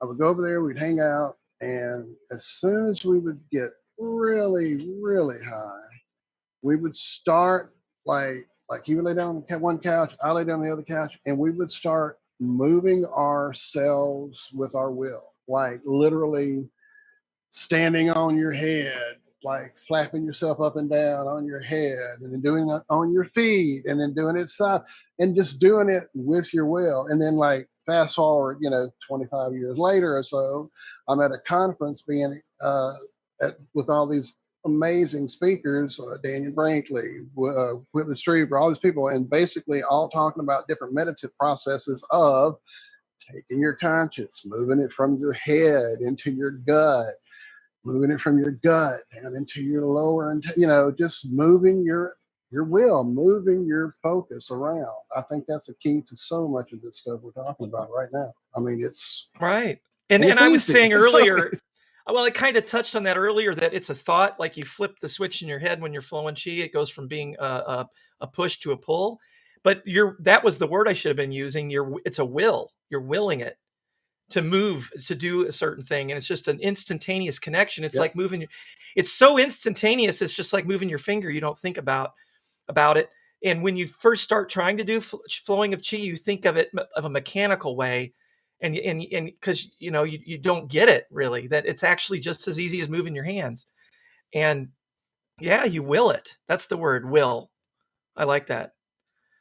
Man, Walt, you and I could, well, we all could. We could talk for 24 hours straight if we could stay up. And dude, I'm almost having to keep notes because every time one of you says Yeah. something, it brings some up. I'm like, okay, and then he brings up another one. Like, wait, we got to go back, and I'm like 4 topics away. I'm like, we'll never get back. Well, It's just too I'm much really good stuff. about Too much good stuff. I always have squirrel. Exactly. Me too, brother. Don't worry. I'm right. Now Matthew's always texting me, squirrel, Jake, squirrel. Yeah. Jake will text me and be like, "Hey, I'm working on this today, and I'm doing this and this and this." And like 30 minutes later, I get a text from him that's completely unrelated, and I'm just like, "What the hell are you doing?" Yeah, Matthew's way better at focusing. I don't know about that, but yeah, I mean, you got. Yeah, I think Jake's one of those people he's got to get to the point where he's stressed about not accomplishing something before he's able to do it, and then he does it. He operates really well under those. I've always been like that. Wait till the last minute. I'm not waiting the last minute, but yeah. Yeah, like when I did like school assignments and stuff like that. Oh, I me was too. a guy, Christmas break, you got 2 weeks. I'm night before at 10 o'clock. I'm starting it, stuff like that. Yeah, absolutely. Absolutely. It always turned out all right, though. I worked good under pressure. Hell yeah. Yeah, I don't know if I should share this or not, but I was in a band. I was in a band, in bands from 15 on, and all through high school. We played all the high school dances all around the area and everything. And so I wanted to be a rock star. I didn't want to do my homework. So I got straight D's. I didn't do my homework, but it literally came down to my senior year. If I didn't pass this one biology test, they were going to flunk me, and I was going to have to take my senior year over that one. It was that one test. And the teacher came, and everyone knew in the class, because it was the second time I was taking the class, and everyone knew. And he came to me and he goes, "Jake," and everybody's like, "Oh no." And he goes, "You set the curve on the test." And everybody's like, "What?" And he goes, "You want to know why? Because Jake pays attention in class." Because I did, but I just didn't want to do my homework. That's why I was failing. Yeah, I told my chemistry teacher, and he told my mom, and I told her, I'm not doing homework for this class. It wasn't chemistry stuff. It was math problems, figuring out how many electrons go this way. And I was like, no, stupid, not going to do it. Yeah, that was my revolting year. So I got my C. I went actually in and did extra credit to get a C. Yeah. Wow. All right. So if we're going to share high school stories about, so I actually, 2 weeks before I graduated high school, was in a Mexican prison. I forgot this story. It's a true story. Epic. Oh my God. Epic. True story. That's good. So yeah. So I guess we're all kind of cut of that wonder cloth here. But yeah, no, I decided it would be a good idea to just go hitchhike through Mexico with a friend of mine, and so that's what we did. And it wasn't even that big of a deal. We got picked up for not having any visas in Mexico City and thrown into this like deportation camp. And after a couple of weeks of not knowing what was going to happen, they came and loaded us up in a bus, drove us to the border, and kicked us out, and said that I couldn't come back to Mexico, apparently. So banned from Mexico. Hell yeah. Yep. So, well, now you and I are going to now you and I are hitchhiking through the flat Earth community, and we're going to end up in a detention center. Exactly. Banned from Mexico. That's pretty funny. Oh man. Yeah, it was pretty crazy. It was an interesting thing though. And I think at that point in time, I was actually trying to find like gauge is why I thought it was a good idea. I mean, it was, young and really stupid, but I thought, well, I can go down there and hitchhike. Maybe I'll go down to South America and find Carlos Castaneda or something like that. I don't know what I was thinking. It was really dumb. Right. But yeah, no. And, but yeah, it was interesting. And it was, gosh, man, there was some, kind of some craziness going on in there. I met a guy from Southern California who went across the border, tore up his ID, and then intentionally got caught trying to get back into the U.S. to get himself deported back to South America, because apparently he was like suspected of murder, things like that. Wow. And so, yeah, and these, it was interesting. It was interesting. So, what's that? Fun times. Yeah, exactly. I think we've all had our little fun times. I still have my kindergarten report card, and it says it's got a check mark on there for Jake does not play well with others. Happened. Yeah. My first grade teacher What's that always said, mean? I didn't take my school career seriously. My mom told her, I don't want to know a 6-year-old that takes his school career seriously. That's a good You answer. know what?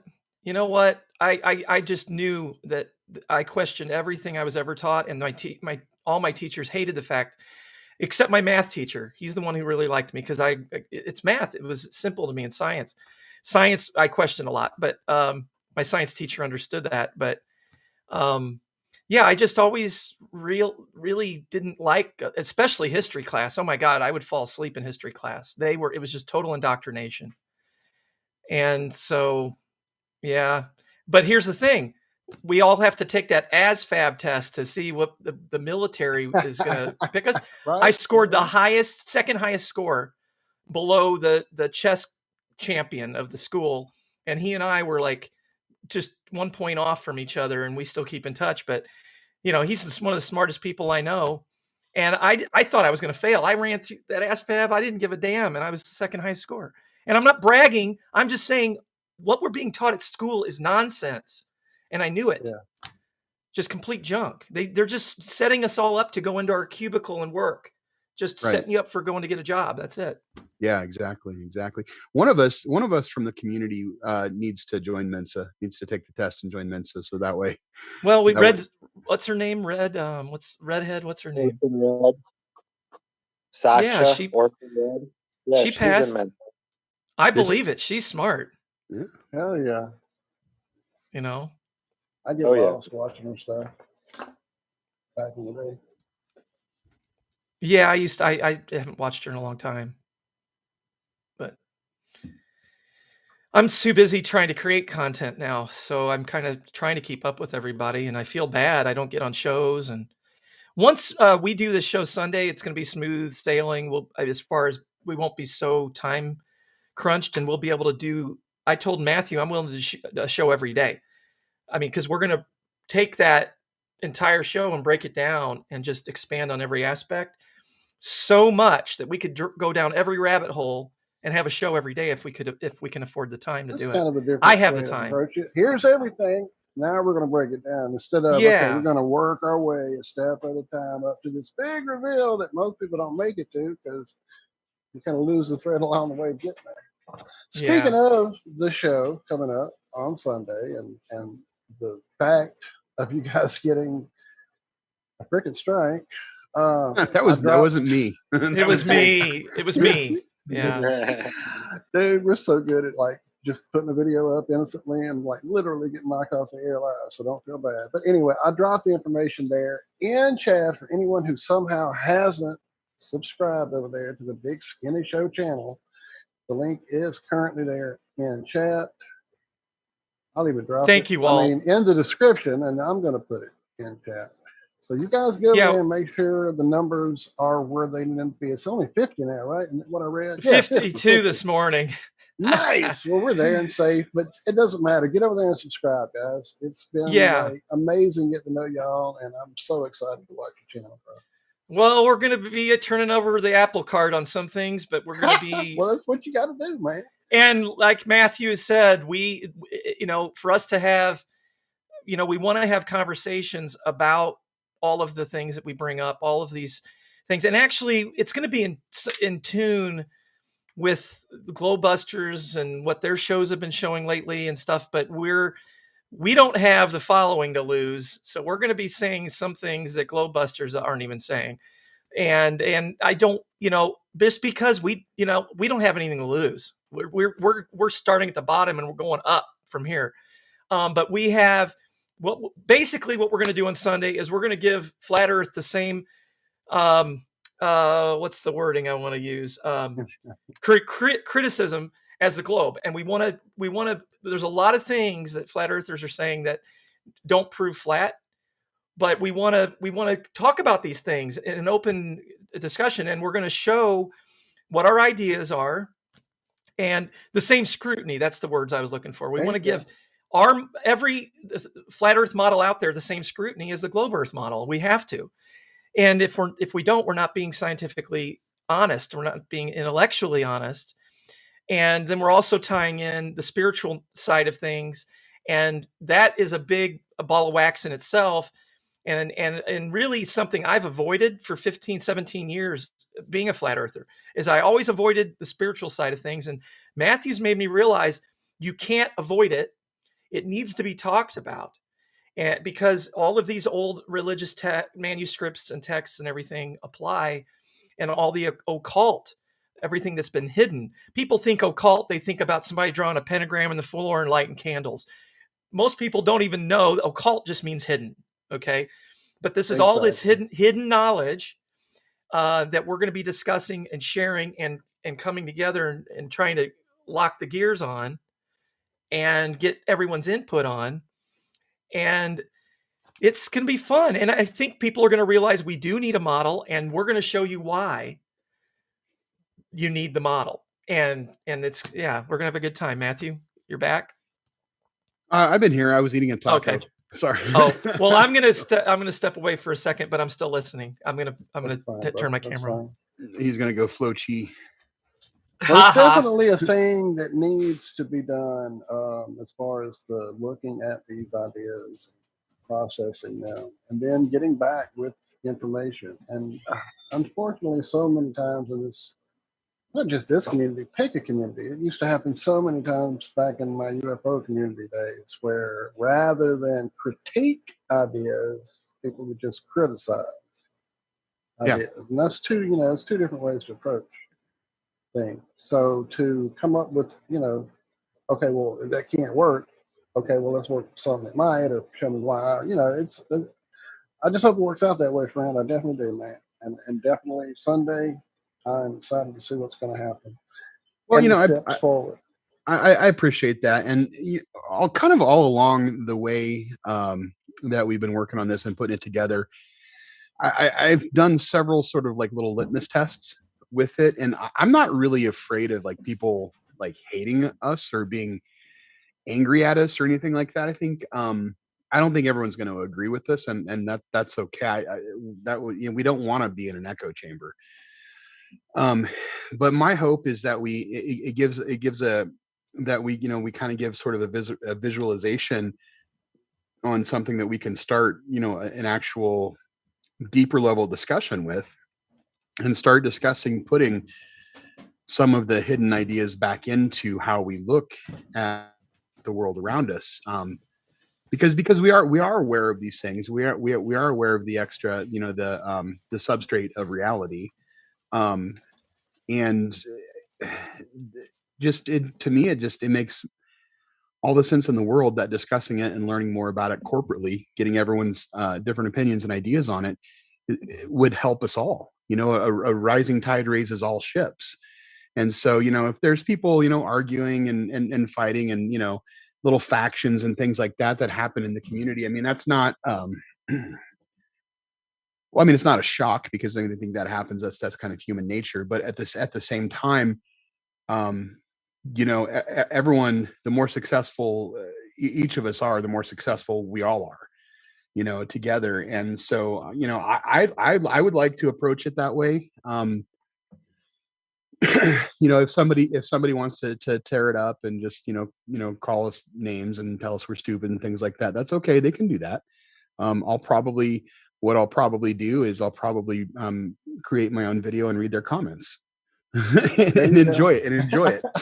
I started doing that a little bit with TikTok comments, which is pretty fun, actually. Some of those comments are pretty good. Let me see if I can find a good one. Jake, you're back. Matthew, I got to hand it to you. You started that TikTok, and within 48 hours, you had like 250,000 views on one video. That's pretty powerful, man. That was pretty. It was surprising, huh? Surprising. I mean, it was a use of some content that was already out there, but it doesn't matter if you did it, And David Weiss has mentioned this several times, and we all know it. There's a lot of people out there repackaging content, twisting, putting their own little spin on it, reposting it. And some channels, that's all they do is use other people's content. And what we're going to be doing on Sunday is going to be so different. And we're not trying to be different. We're just, we've just come together on some ideas and decided that we needed to start the show. We needed to start sharing this knowledge. And it came down to a point where I kept wanting to hold back on things we were talking about. I didn't want to share it because I didn't want to come out of the closet yet on some topics, some aspects. And so it was like, well, we're just going to have a full show, reveal, throw our feelings out, have a stream of consciousness, as I call it. Just let it flow. Tell people what you think, and let the chips fall where they may. And then going forward, bring everyone into the fold and in the conversation, and get some input from everyone. I think everyone's going to there's going to be a lot of people that have a lot of good things they can bring to each aspect. And there's so many aspects to this whole thing. Like I was talking about pre-show, there's so many nuts and bolts. It's such a complicated topic that's a reason why we need a model. It's so hard to just say the earth is flat and go away if you don't believe it. You have to actually be able to present it in a way that makes sense to people. And so that's what we're going to try to start doing on Sunday. Got some good comments on TikTok here since we've been talking here, and so this is regarding a post that was talking about the firmament, and this person's TikTok name is Meat in the Park, and it's meat MEAT. So I don't know. I don't know whether I really want this guy. I don't really want to get into. No. So I don't know that, but he says, I'm assuming this is a he. Meat in the Park says, so I wonder what kind of magic is keeping radar from bouncing off the firmament. I said it's probably the same that wraps it around the sphere. Come on, man. Right. That just, yeah, I know. But part of the problem too, this is a really good comment actually. And I have to agree with this person. He says, it's hard to believe that the earth is flat when we rotate around a sun with a round moon rotating around the earth and all the other planets are round. I agree with you. That is really hard to believe. And I don't actually believe that. But I mean, does anybody believe that? That's the thing. If you do, watch our show on Sunday, please, because you don't need to be believing that. But I mean, we all know that that's the problem. We all know that all these things get misdefined and the meanings get bastardized and changed. And there's a lot of stuff out there that's just intentional garbage, just to confuse things and cause chaos and that sort of stuff. Right. Yeah. And that is the last thing that we're trying to do, is give intentional garbage. Everything is literally turned upside down, inside out. I mean, oh my goodness. We have so much to cover in a short period of time Sunday. Oh man. What time is the show going to start? So I think what we're going to do, is about 10:30 a.m. Central. I say give or take, because what we want to do, the Melodome does a Sunday morning show, and so we don't want to cut into the Melodome at all. We want to pop on after Austin is done with his show. So I think he's usually done around 10:30 on Sunday mornings, but if he goes long and 11. I think we're going to be flexible, because the last thing I want to do is cut into to somebody else's time, especially like Austin. He's what a sweet guy he's been, and just like you guys too have been really awesome, and kind of getting us into the community, and I definitely appreciate it. I mean, you guys are fantastic, and I feel like I've kind of we're gonna members, we're gonna do a pre-show on Intellectual Ketchup, because that's where the bulk of our following is, and then we're gonna 20-30 minutes there and say, hey guys, we're going over to BigSkinny, and then we'll go over and do the actual show on BigSkinny channel, and then we're going to continue from there forward on BigSkinny. Yes, exactly. If you guys want to follow us, please do us a favor, sub BigSkinny Matthew, sub the BigSkinny Show, and sub Intellectual Ketchup. Please sub all three of them, because ultimately we want to be able to put everything on the BigSkinny channel, but I think we've got like 50 8 subs or something like that. Last I've checked, Yeah. we haven't tried too hard, but there's not a whole lot of content on there yet, but there will be. And it's kind of hard when, it's kind of hard to say, well, we can do a show on this one channel that we have that's got it's got at least somewhat of a reach that we're going to get some interaction and some, or we can do it on the Big Skinny channel and no one can see it. It's kind of where we're at right now. And so, go to bigskinny.cc and that directs you to the Big Skinny YouTube channel right now. That'd be great if you wanted to sub it. And then that way, Sunday, if you want to watch the show and chime in, we'll have the chats open and we'll be doing what we can do to answer questions and listen to new ideas too. So, well, let me share this. So when you and I started talking about, Matthew and I started talking about doing the show, I said, I've been partners my whole life. I've been in businesses since 1994. I've had partners, and Intellectual Ketchup is the one thing that I never wanted a partner on. And I decided I'm not going to have a partner. But I would like to do a show with you, and then you can continue to have your own content, right? Because Matthew's got a lot of stuff he's going to share that I don't agree with necessarily, because I don't know. He's got a lot of knowledge I don't have, and vice versa. So I said, why don't we keep Intellectual Ketchup and the Matthew Eichbush channel separate, and we'll do a Big Skinny show together. And so that's why we're doing that channel. There's going to be some people who love Matt, some people who like me, some people who hate both of us. That's fine. So we're going to do the show. The Big Skinny show is he and I coming together and button heads or agreeing and talking about different things. And then we have our separate channels. So that's the dynamic that's going on here. I know it's confusing. It's a pain.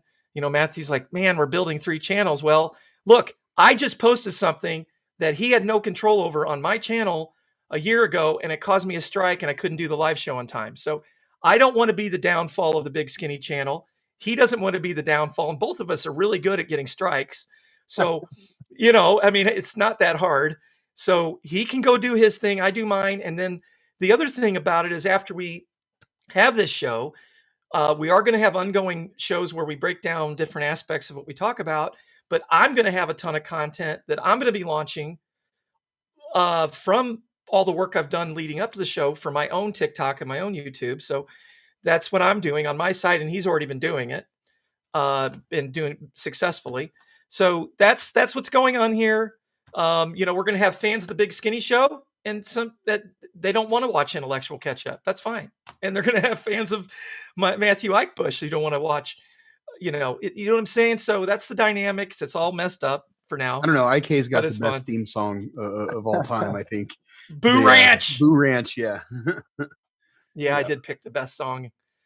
It's catchy. Yeah, he did.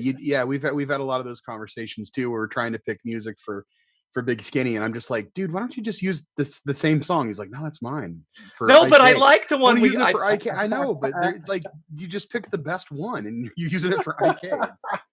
And all right, man. Everybody needs to go over to Boo Ranch, BOO. Oh yes, Ranch channel. The poor guy, he's got so much great music, and he's such a great human. I mean, he's such a great guy, and you need to get over there and sub him. He needs subs, but he didn't build the channel for subs. He's just sharing his music.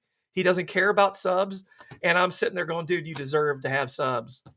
Oh, it's great music. It's great stuff, and like you said, definitely a good guy, and he's interesting. We actually keep. I've asked him a few times if he'd come on and do a show with us, and he has not agreed to it.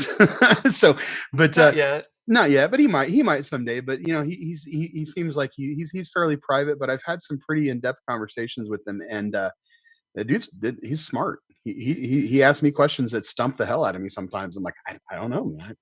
A lot of people don't want to get. I've got so many friends I've invited on that just say, I'm not going to put my face out there.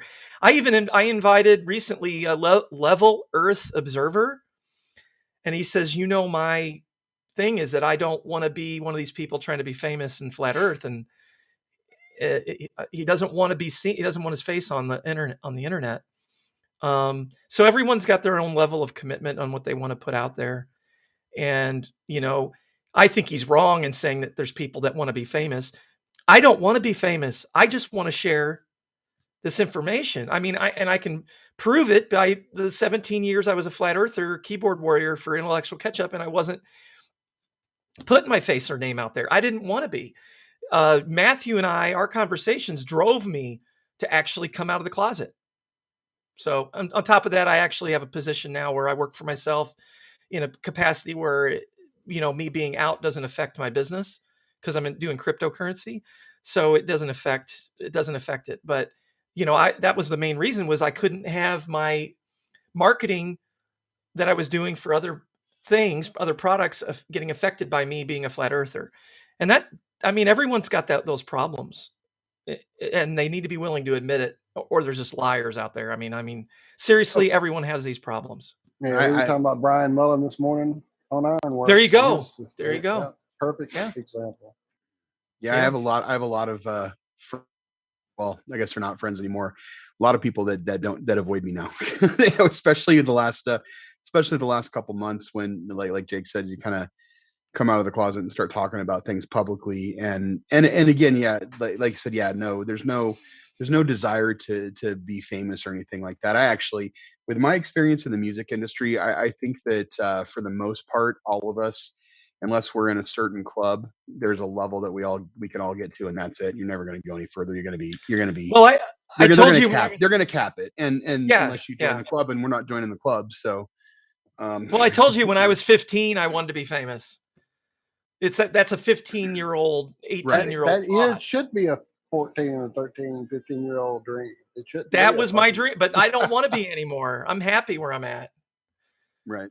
I actually love anonymity. I wish I didn't have to come out of my closet because I love anonymity, but I want people to see a face attached to what we're going to be showing people. They need to know me. That's why I put all my social media links and all my cell phone number, everything on my contact link on intellectualketchup.com. You can find me, and maybe eventually I'll wish I hadn't done that, but I'm sharing every way to find me on my contact. So I'm a real person. Yeah, that was a tough one. That was a tough one for me because I had a lot of different kind of little like pseudo brands and things. Oh like yeah, that. You had a lot of yeah. Well, I like not being seen. I prefer to not. It's laborious for me. Well, it's smart to get on and come on the camera and say, this is my face, this is what I think, this is my name. Y'all know my name. You know what area of the country I live in. That scares me. That always makes me a little nervous. But and who knows? I mean, as much work as we've put into this, and I think we're reasonably intelligent guys, we might not make it to Sunday, man. We might have black vans that show up at our houses and we might be gone. We don't know, about that either. I hope not. No, but we're going to be exposing some things that I definitely, I'm worrying about leaving all my social media up. So, yeah. Well, but I'm doing it. This is going to be good. I can't wait. I'm not trying to build suspense. I am dead serious. I know. I can see it in your face. I feel it. And a lot of it has to do with Antarctica. That Antarctica is, and I watched the World Economic Forum, World Government Forum, World Government Summit, 6 hours.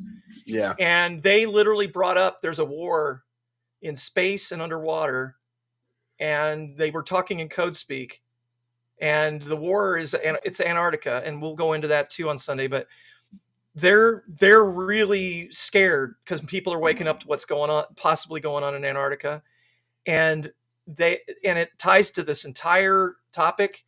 They're hiding our true nature of our realm from us, and Antarctica is a key to it. And when we expose the true nature of the realm, it's I don't know, man. I mean. Once the cat's out of the bag, it's out of the bag, I guess. But it's actually not out of the bag. If we do it on Sunday, it's already there. It's all around us. The information's there. We're just pulling it out of everywhere and saying, look, it's all around us. Look, they're showing it to us. And so it's there, but only certain people are supposed to know about it. And we're going to try to tell everyone about it. Well, that's just it. That's from the it's in the Bible too. It's in the Bible. It's in Hermes Trismegistus. What's the name of that book? The Kabbalion. The Kabbalion, yeah. Yeah, don't. Emerald tablets of Yeah, talk. where it says, don't throw pearls before swine. You know, Yeah. and so when you think about that, you know, and I think most, I don't know, I tend to view the world that there is an absolute elite ruling class that's controlling all of this and manipulating Absolutely. it, and you need to, everyone needs to realize that that's actually what they consider us. They actually would sit there and say, no, we're not giving you this information because you're literal swine. That pisses me off. That should piss you off. And I think that's my biggest motivation is there's too many times I've woken up in the middle of the night after having some like pretty serious realizations about the nature of everything and just being really angry, just being really fucking pissed off that this shit was done to us. And, you know, and then it doesn't end, you know, and man, you know, where things are headed, like Jake brought up the World Economic Forum and World Government Summit. World Government Summit. Yeah, excuse me. The World Economic Forum. Fuck them too. Yeah, but the world. Yeah, exactly. But the World Government Summit and I mean, you think how are we going to fight it? I mean, what I actually think is going to happen, and I think the only way that any sort of actual real reset. I mean, obviously, like right now, we're kind of in this place where we're sort of mid. Like we're going through this transition globally, but there is no way that they're going to successfully do it without the majority of people thinking they've won a victory. It's you know, if you think about the last time think about when they put the dollar on the petrodollar after World War II. You know, we had to come back and we had to win a victory, and everybody won. And now everyone's got the American dream, and we all get a house and we all get a car and we all get all this stuff. And then, you know, 70 years later, we're all in, you know, debt slavery is, you know, but we thought we won, and we went through this period of, you know, kind of jubilee where everyone was, yeah, it has to be. So they culturally kind of set it up to where we're, this is successful. This is the way things, you know, have to be. I remember in the 90s, I mean, gosh, when's the last time you heard somebody say, if you don't have the money for it, you don't need it? Now it's like, okay, well, you better make sure you have a good credit score or you can't do anything. You can't get some stuff you don't need. Exactly. Right, exactly. And that's what my grandma used to say. You don't need credit. If you don't have the money for it, you don't need it. Of course, in all fairness, you could buy a house for like, you know, $5,000 when she, you know, not that far away from when she said that, but, you know, that's obviously part of it too. And then you see these things. What really, really freaks me out, or you see these like little installment buy now, pay later, you know, installment things where you can buy just like regular goods cheaply and you can pay for it over time. Where's that headed? Where's that gonna end up? The boxed meal preparation stuff where you can get on the website and you can order food and have it delivered to your house, you know, for meals, you know, you can have prepared meals delivered to your house. I mean, this is like soft rolling out government rations. Yeah. Let us deliver your food, but don't you dare grow a front yard garden. Right. Exactly. Don't you dare grow a garden. Let us deliver your food. But yeah, it's all about, you know, as soon as everything is centralized, man, I mean, wow, Jesus, everyone's demoralized. Everybody is helpless because they don't have any knowledge of the world around them and the earth around them anymore. And then everything is centralized and we're done. And that I think ultimately is what's going to happen. And I think that some of the flat earth thing a little bit too, is I think that it's just like, fuck it. If we're going to go down, we're going to go down fighting. We're going to go down swinging. We're going to go down fighting. And we're going to, you know, just do what we can to wake people up. But on the flip side of that, if tomorrow, if we all woke up tomorrow and all the radio towers and all the frequency toys that are out there were down, everybody would have a different realization. I think immediately the shift would be massive, but none of us would know how to communicate it to each other. I think we need an Earth Day, a real Earth Day, and that Earth Day is every radio frequency in the world is shut off for 24 hours. Just shut them all off. We do without every radio frequency. I'm like Matt. I think it would be overwhelming. Too many people wouldn't know what to do with that much free. Well, do you remember when? Do you remember when Facebook went down for a day? That was chaos. When YouTube goes down, it's so weird. YouTube's down. I know. Yeah, it's scary. Yeah, if they flip the switch on the internet and shut everything down, and we couldn't get our dopamine fix. Wow, what's going to happen then? Hankowitz liked my no radio idea, and I think it could be Earth Day is no radio frequencies, and we all focus on meditation. Okay. Gosh, that would just be amazing. Amazing. Oh, and we could even start the day off with some sun gazing. Oh my goodness. If only. We could just make it a whole thing. It will never happen. I hate to say that, but we have to make it our reality. Matthew made me think, right? Matthew made me think of Agenda 21, which is now Agenda 2030. They're herding everybody into cities, and then they're buying all the land. The governments are taking over all these lands under, we want to make it a nature preserve. And wait a minute, we're all in nature. Hello. Matthew Boylan one time did a roadside video where he says, see this fence and the government property? People think this fence is to keep us out of the government property. He said this fence is to keep us in. And he was totally right. Right. So when I first learned about Agenda 21 and I knew Antarctica was locked down and everything, I said to myself, and I actually started telling people, they're going to start locking down the oceans. And people thought I was crazy. Guess what? You've got multi-billionaires just buying up swaths of ocean and saying it's off limits. It's a nature preserve.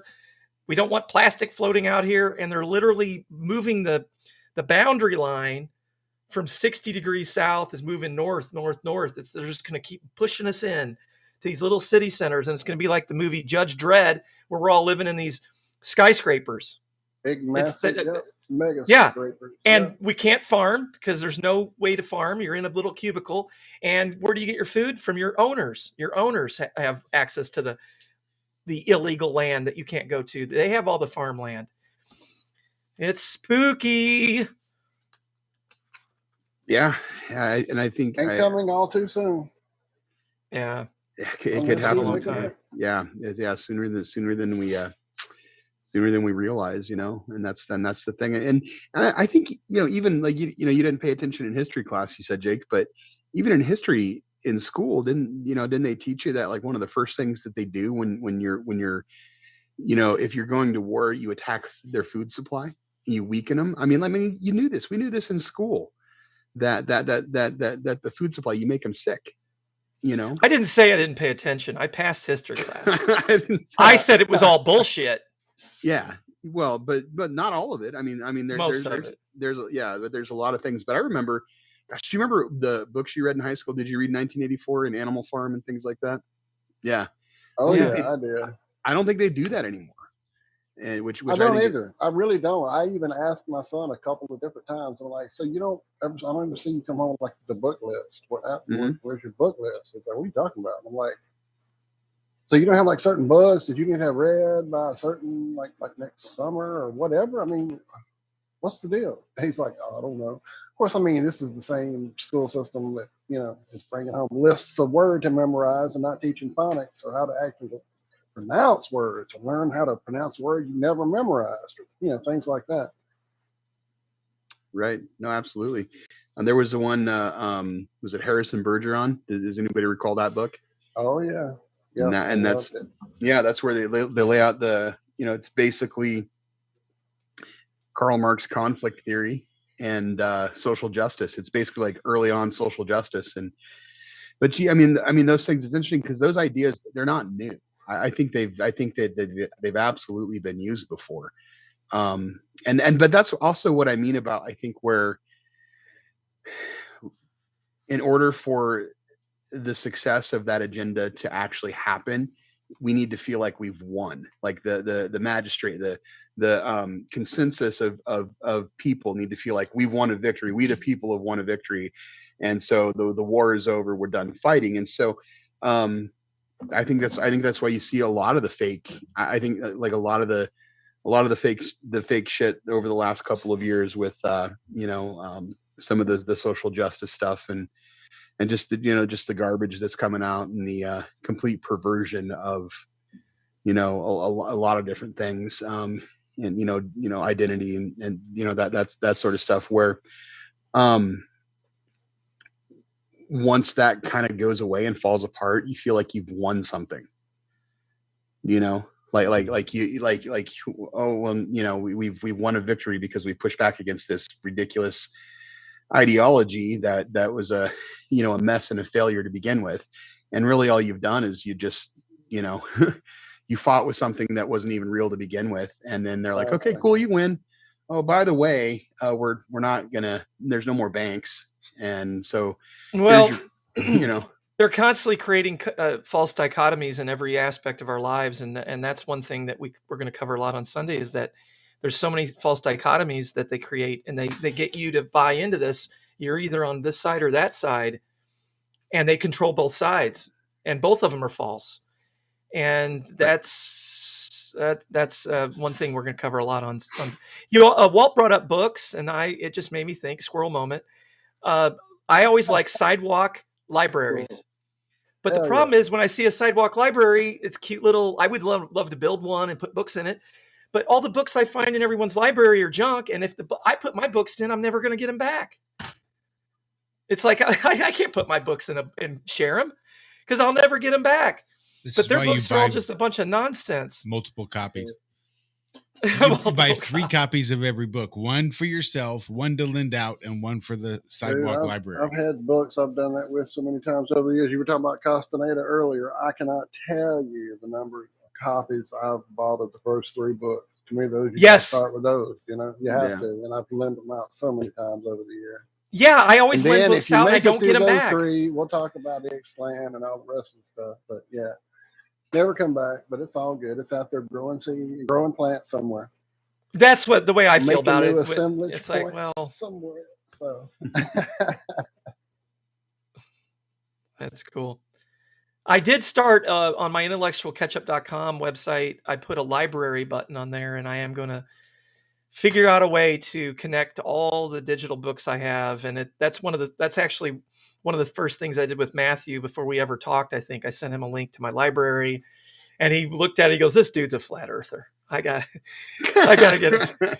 He reached out to me. But what's funny is I prefaced it with him. I said, "You cannot tell anything about me from these books because I recommend the books because people need to read them, but it doesn't mean that I believe everything in all the books." What she said to me was, here's my library so you can know what I'm working on. I believe some of it and I don't believe some of it, and I'm not going to tell you what's what.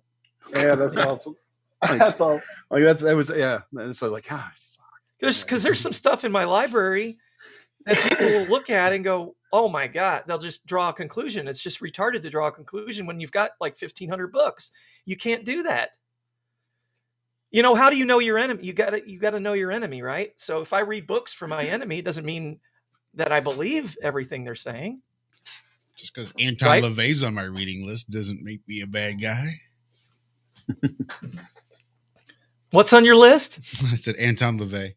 Oh yeah, of course it's on my list. Right. I got the Book of Witchcraft and all kinds of weird shit behind me Absolutely. Here. Doesn't mean I'm a witch. Jeez, I have the Necronomicon here. According to my college thing, it did. But that's another story. If you look at my books, it's a guy trying to figure out what the hell is real. Just trying to figure out the world. Doesn't mean that I believe any of it. And, a lot of people will say, do not read that book. You can't read that book. It's going to twist your mind. Yeah. And there's some truth to that, actually, right? But you just have to be intelligent and have some discernment and say, not let it twist your mind, which is a fine line. You can get your mind twisted. Definitely. Well, here's a good example.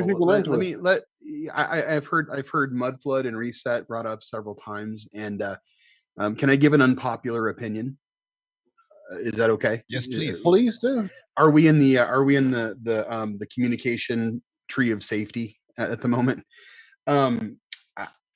Obviously, there's something to My reset. finger on the button right now, just like Okay. obviously there's something to resets. Obviously, we're going through something similar right now. We went through one less than 100 years ago at the end of World War II, with putting the US dollar on the petrodollar. And we've gone through resets with mortgages and the whole credit system. The whole fractional lending system isn't even that old. Obviously, there's changes that happen. There's something to Tartaria. Obviously, there's been physical changes somehow manipulated into the world. Okay, The Khazars. Right.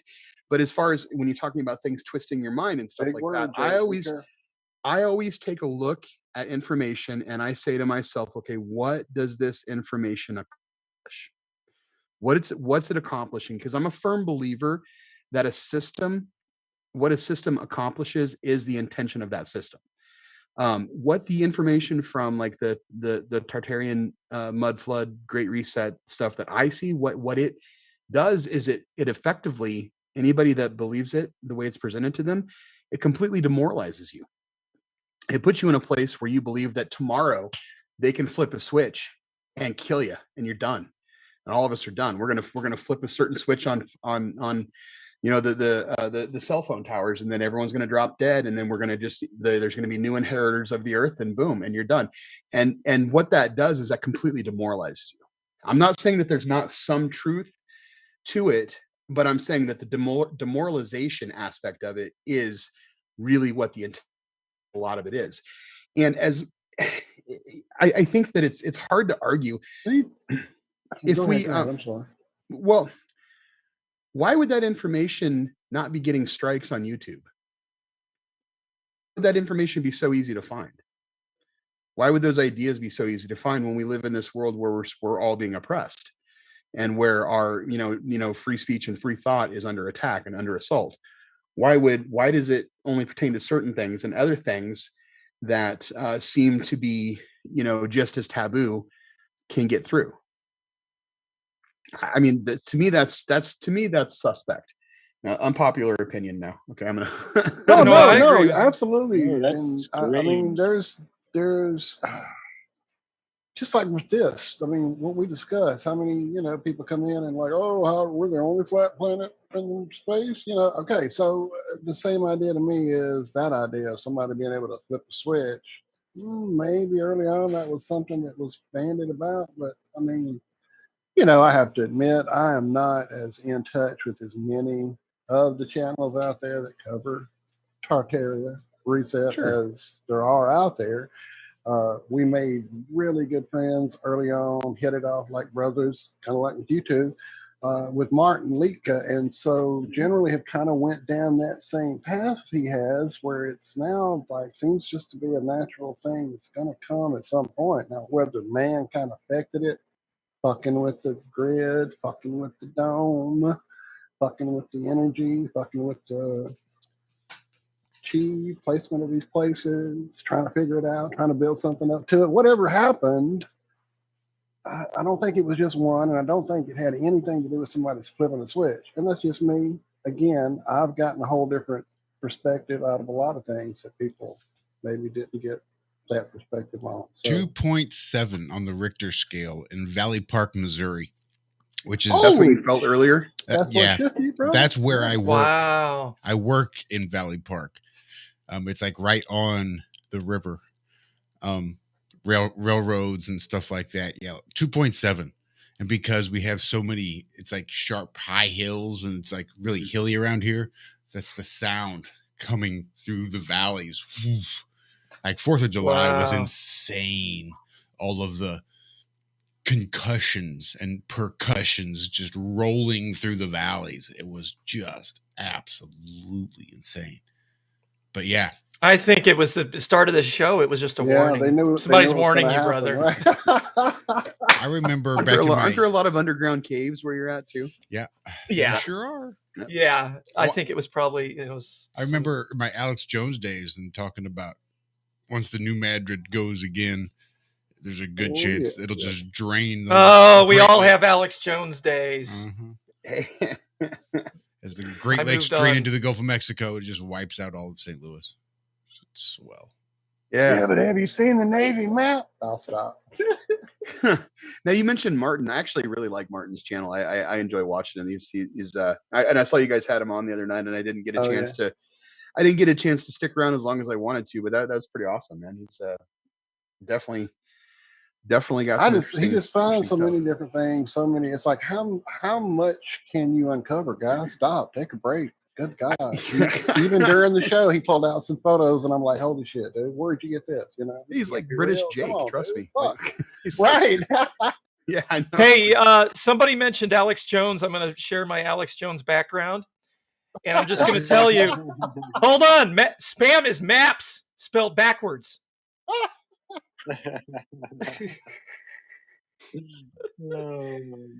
Yeah, maps spelled backwards. It's a conspiracy. Conspiracy. Why do you think the other company calls it deviled ham? I'm telling you. Deviled ham. Oh my God. Hey, there is something to the fact that all the national parks, there's like hundreds of national parks that have the word devil in them.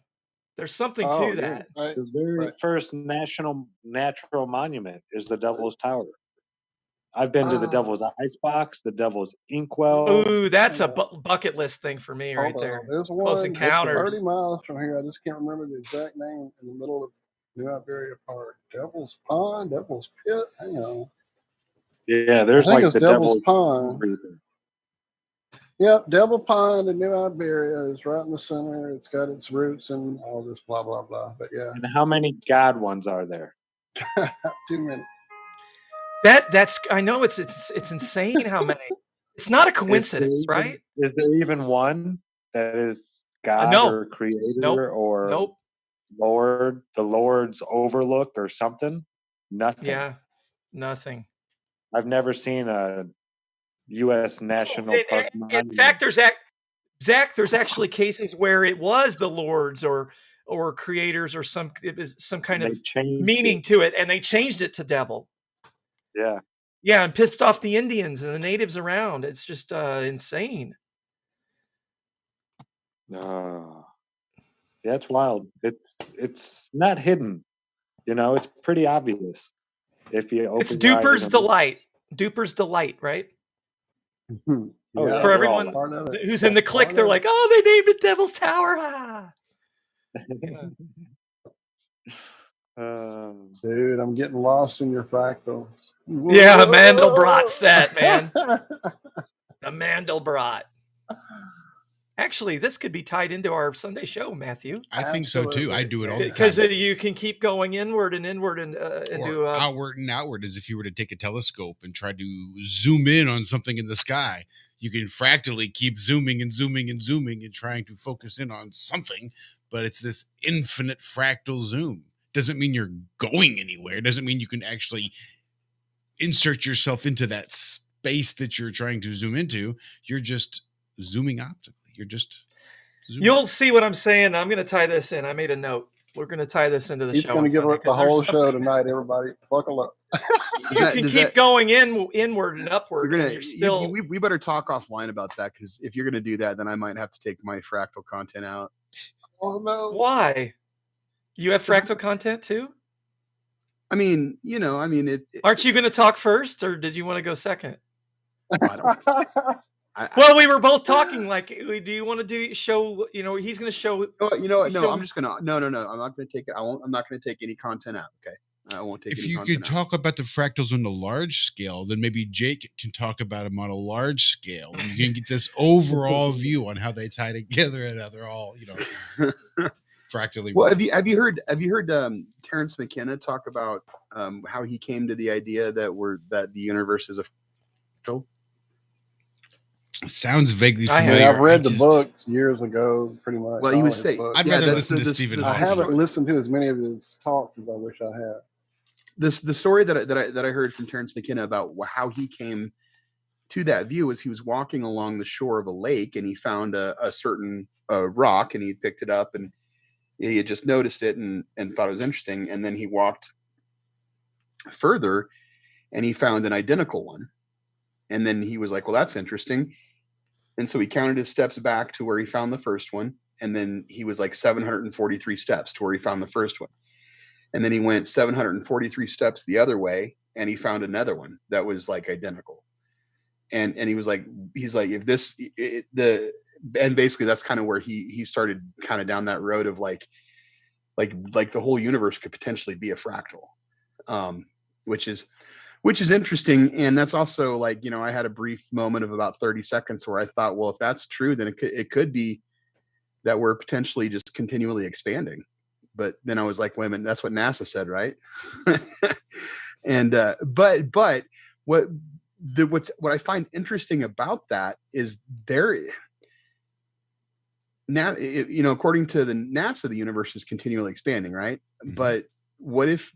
But if you look at this and you're just like, but if you just take that and you flip it backwards and you invert, it actually could be the inverse of what actually is happening. It's not that we're just continually falling inward necessarily. It's just that creation, like there is actual inward sort of like motion turning that's going on underneath everything. And that's really, instead of teaching you that, they make this lie about it. They cover up half of it. It expands and contracts and expands and contracts. It's toroidal field, and it's always expanding and contracting, and it's always expanding. Yeah, fuck it. It's always expanding. It's always expanding. Yeah, exactly. Yeah, that sounds good. You know, people buy it. People buy it. Sounds good to me. Yeah, no, that's pretty interesting. But someone brought up something about past lives or like a soul trap or something earlier. I think I remember, and I wanted to touch on that and see. Is there anyone in here that's got experience with the Bardo Thodol, with the Tibetan Book of the Dead? I think Walter may. Yeah, Walter might. 25 years ago, but go ahead. What you getting at, sir? Well, okay, so if what I think is really interesting about, and I think that when it comes to spirituality and science being inseparable, let's look at it from a standpoint that the Bardo Thodol is true. And so the Bardo Thodol, what it says is, it talks about, there are 6 different Bardos, and what Bardo is in between stage, basically. And the continuation of your life is literally going through these Bardos, going through you're right now, you're in one of them right now when you're alive. And then, you know, there's 6 of them, I think, if I remember exactly. But the point being is, after you die, you also go through these Bardos, and you make the decisions on if you're going to be reborn, if you're going to go to hell, if you're going to go, you know, to the Bardo of jealous gods, if you're going to be able to ascend up into heaven. Right. One of the Bardos is the Bardo before you're born. Now, tell me, is it not possible that the entire gestational period itself could if you say, okay, the Bardo Thodol is true, and there's a whole Bardo, there's a whole world that you live in before you're born, and that's that gestational period from conception until birth.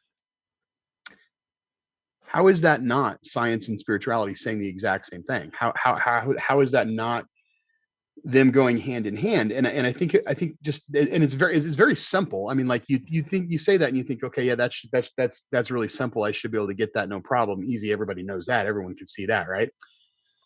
But we don't. I think by and large we don't view it that way. Like we don't sit there and actually consider the fact that during the gestational period of a life, you're actually living your own life. Like the awareness and the cognition that you have in the womb, we don't know what it is. But it's like a whole life cycle. And then that life cycle of itself ends and you're reborn. Now, once you're reborn, you have basically the information that you learned when you're in the womb. You wiggle your arms, you kick your legs, and that's it. And then everything else now, all of a sudden, man, think about that bright light and everything like that. Wouldn't that be just like death? I mean, isn't that almost just like death? And then, of course, I mean, we're talking to some smart people too, so we know that, you know, what's the substance that you're the DMT? I mean, don't we know that when we die, we get a big release of DMT, And also when we're born, we get a big release of DMT as well. I think everyone needs to try Mhm. DMT, and I haven't even tried it yet. I like that. It's a suffocation. Remember, what was that? The Abyss. And they had that special fluid that you could breathe, Mhm. and you had to adjust to it in your lungs. You basically had to suffocate it. And when you're born, it's the exact opposite. You're born with these lungs that you can breathe this fluid in, and all of a sudden you're ripped out and you have to breathe this oxygen. Your whole existence is completely redefined, just as if you were So born it's like you've literally died and were reborn instantaneously. Yep. And that is absolutely that. If you put those two things together and you say it's the same thing, you can fucking 100% observe it. It's demonstratable right in front of you. And it's really, really easy. It's just that we don't generally view it that way, because I guess we just like to pretend that we're separate entities that control everything and control, our own destiny and what's going on with us. And I actually think For that that that's matter, you could almost put different epochs of childhood, adolescence. I mean, in this same idea of what you're trying to go with. To me, anyway. I mean, because think about the things you knew. See, I really am not. I don't know. I'm probably not the one to speak on this, because I apparently hold a memory that is a little out of the norm. Apparently, talking to people, family, friends, whatever, throughout life, when I mention things, I remember really far back. I don't remember anything from my childhood at all. Da, da, da, da. And it's not all trauma and blocked, whatever. I mean, these people are, well-adjusted, normal folks that just don't remember their childhood or remember their I have a buddy who says he doesn't infancy. remember anything before 9 I years can old. remember being, I should say this in the air. No, you don't think I'm nuts. Let's just say I can remember. I can just say I remember my infancy in very great detail. In great detail. To the I was point just that going to I ask. can remember going like, don't forget for stuff that was before that. And it's just, I know when you start saying these things, it sounds a little kooky. So I don't go too I got deep some in it. kooky stuff to share. I can share something kooky. Well, Go real quick, Jake, before you do that, I wanted to, Walt said something. I'm going to let you talk, but before No, go, I'm going to go, forget go. if I don't interject. Go this ahead, now, I'm going to Matt. forget. Go, And go, I think it's actually, so you said, you mentioned three, do you think that sort of also could be viewed the same way through your childhood and stuff like that? It actually, yes, every 7 years, literally every go. 7 years, There every it is. 7 years, Yep. every cell in your body has been regenerated. Is replaced. Yep, And absolutely. you literally have died and been reborn. Like if you really want to look at it that way. Now, Yeah. you're still the vehicle of your soul and your consciousness, right? But yes, to answer your question, I agree. But anyway, I'll shut up. 742 that's- fractal yeah. steps. It's just we're all die and reborn. Yep. Yep. Instantaneously. That's Just a it. matter of a big scale or a small step. Yep. Right. Sorry, Jake. Did I chase Jake off? I hurt his feelings. I interrupted him. Oh man. He's put up the logo. He's out. He said, He's I'm pissed. out. Sorry, Jake. Oh, We're sorry. No, I'm sure. It's, definitely. what's It that? just seems, well, like I said, it just seems like, and then maybe that is part of the sequence. Maybe that's part of the, Well, I getting think from point A to point B is to keep those memories. And Is some this where I people come back in with a chair and I bash you over the back and with the bash it, chair? right? He's got a blade in his waistband. Oh no. Okay. So, all right. Yeah, we're literally. Yeah, that's what I get for interrupting you, Jake. Is like I interrupted You didn't made my interrupt me. point, and then I looked up and you were gone, and I'm like, well, hell, now I got to keep talking. Oh no, we got to play this dichotomy where you and Yeah. I just like secretly hate each other, and I'm going to bash you with a chair. Anyway, no, I was going to share something I shared with Matthew probably 3 weeks ago.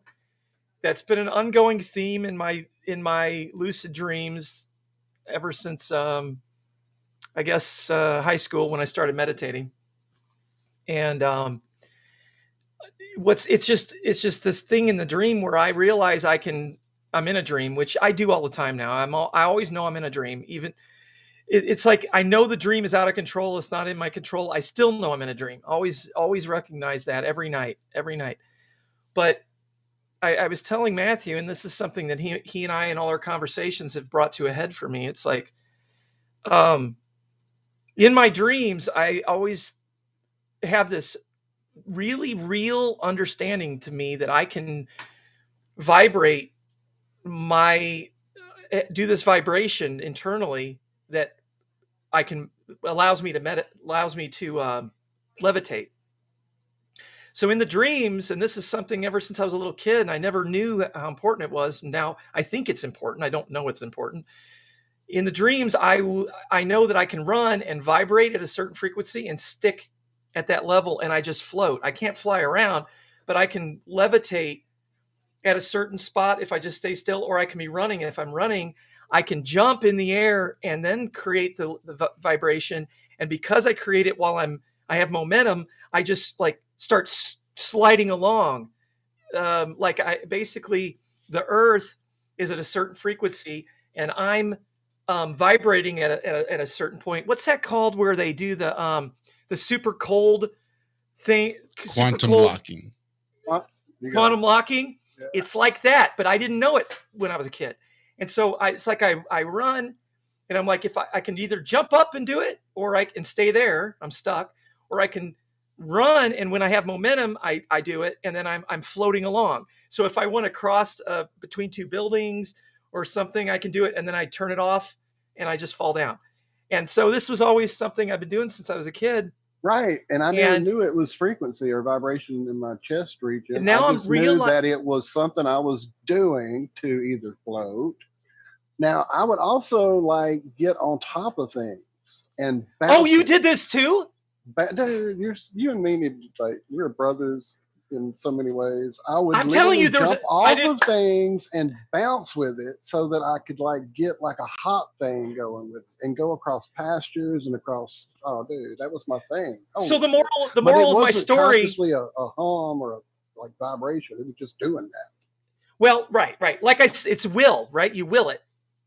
I knew I could do it, so I just did. Well, that was kind of how it was happening.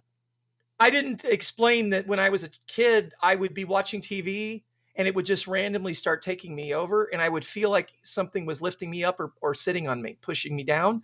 And it happened all the time to where I actually started worrying that there was something wrong with me when I was a kid, just watching TV. I'm all of a sudden everyone's muted. Is everyone muted? I'm not muted. Okay. We're not muted. So I had on these purpose because I have families. Well, I had these experiences that I never told my parents, that I would feel like something was pushing me down, and I couldn't understand it, or it was lifting me up and I couldn't understand it. And so I'm thinking that ties into the dreams. And so this is what I told Matthew. What if that's knowledge that I brought from before I was born? I brought that knowledge with me.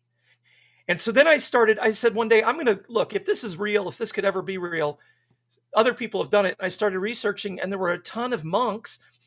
You can look up, there's monks that are known. They would literally perform this. They would just jump in the air and stay there, or they would run and jump and float along and display it. And it's in ancient historical record that people could do this. So I'm thinking this is knowledge that I brought with me. It's brought with my DNA, and either in a former life or whatever you want to call it, or just part of the entire realm, and I'm picking up on it.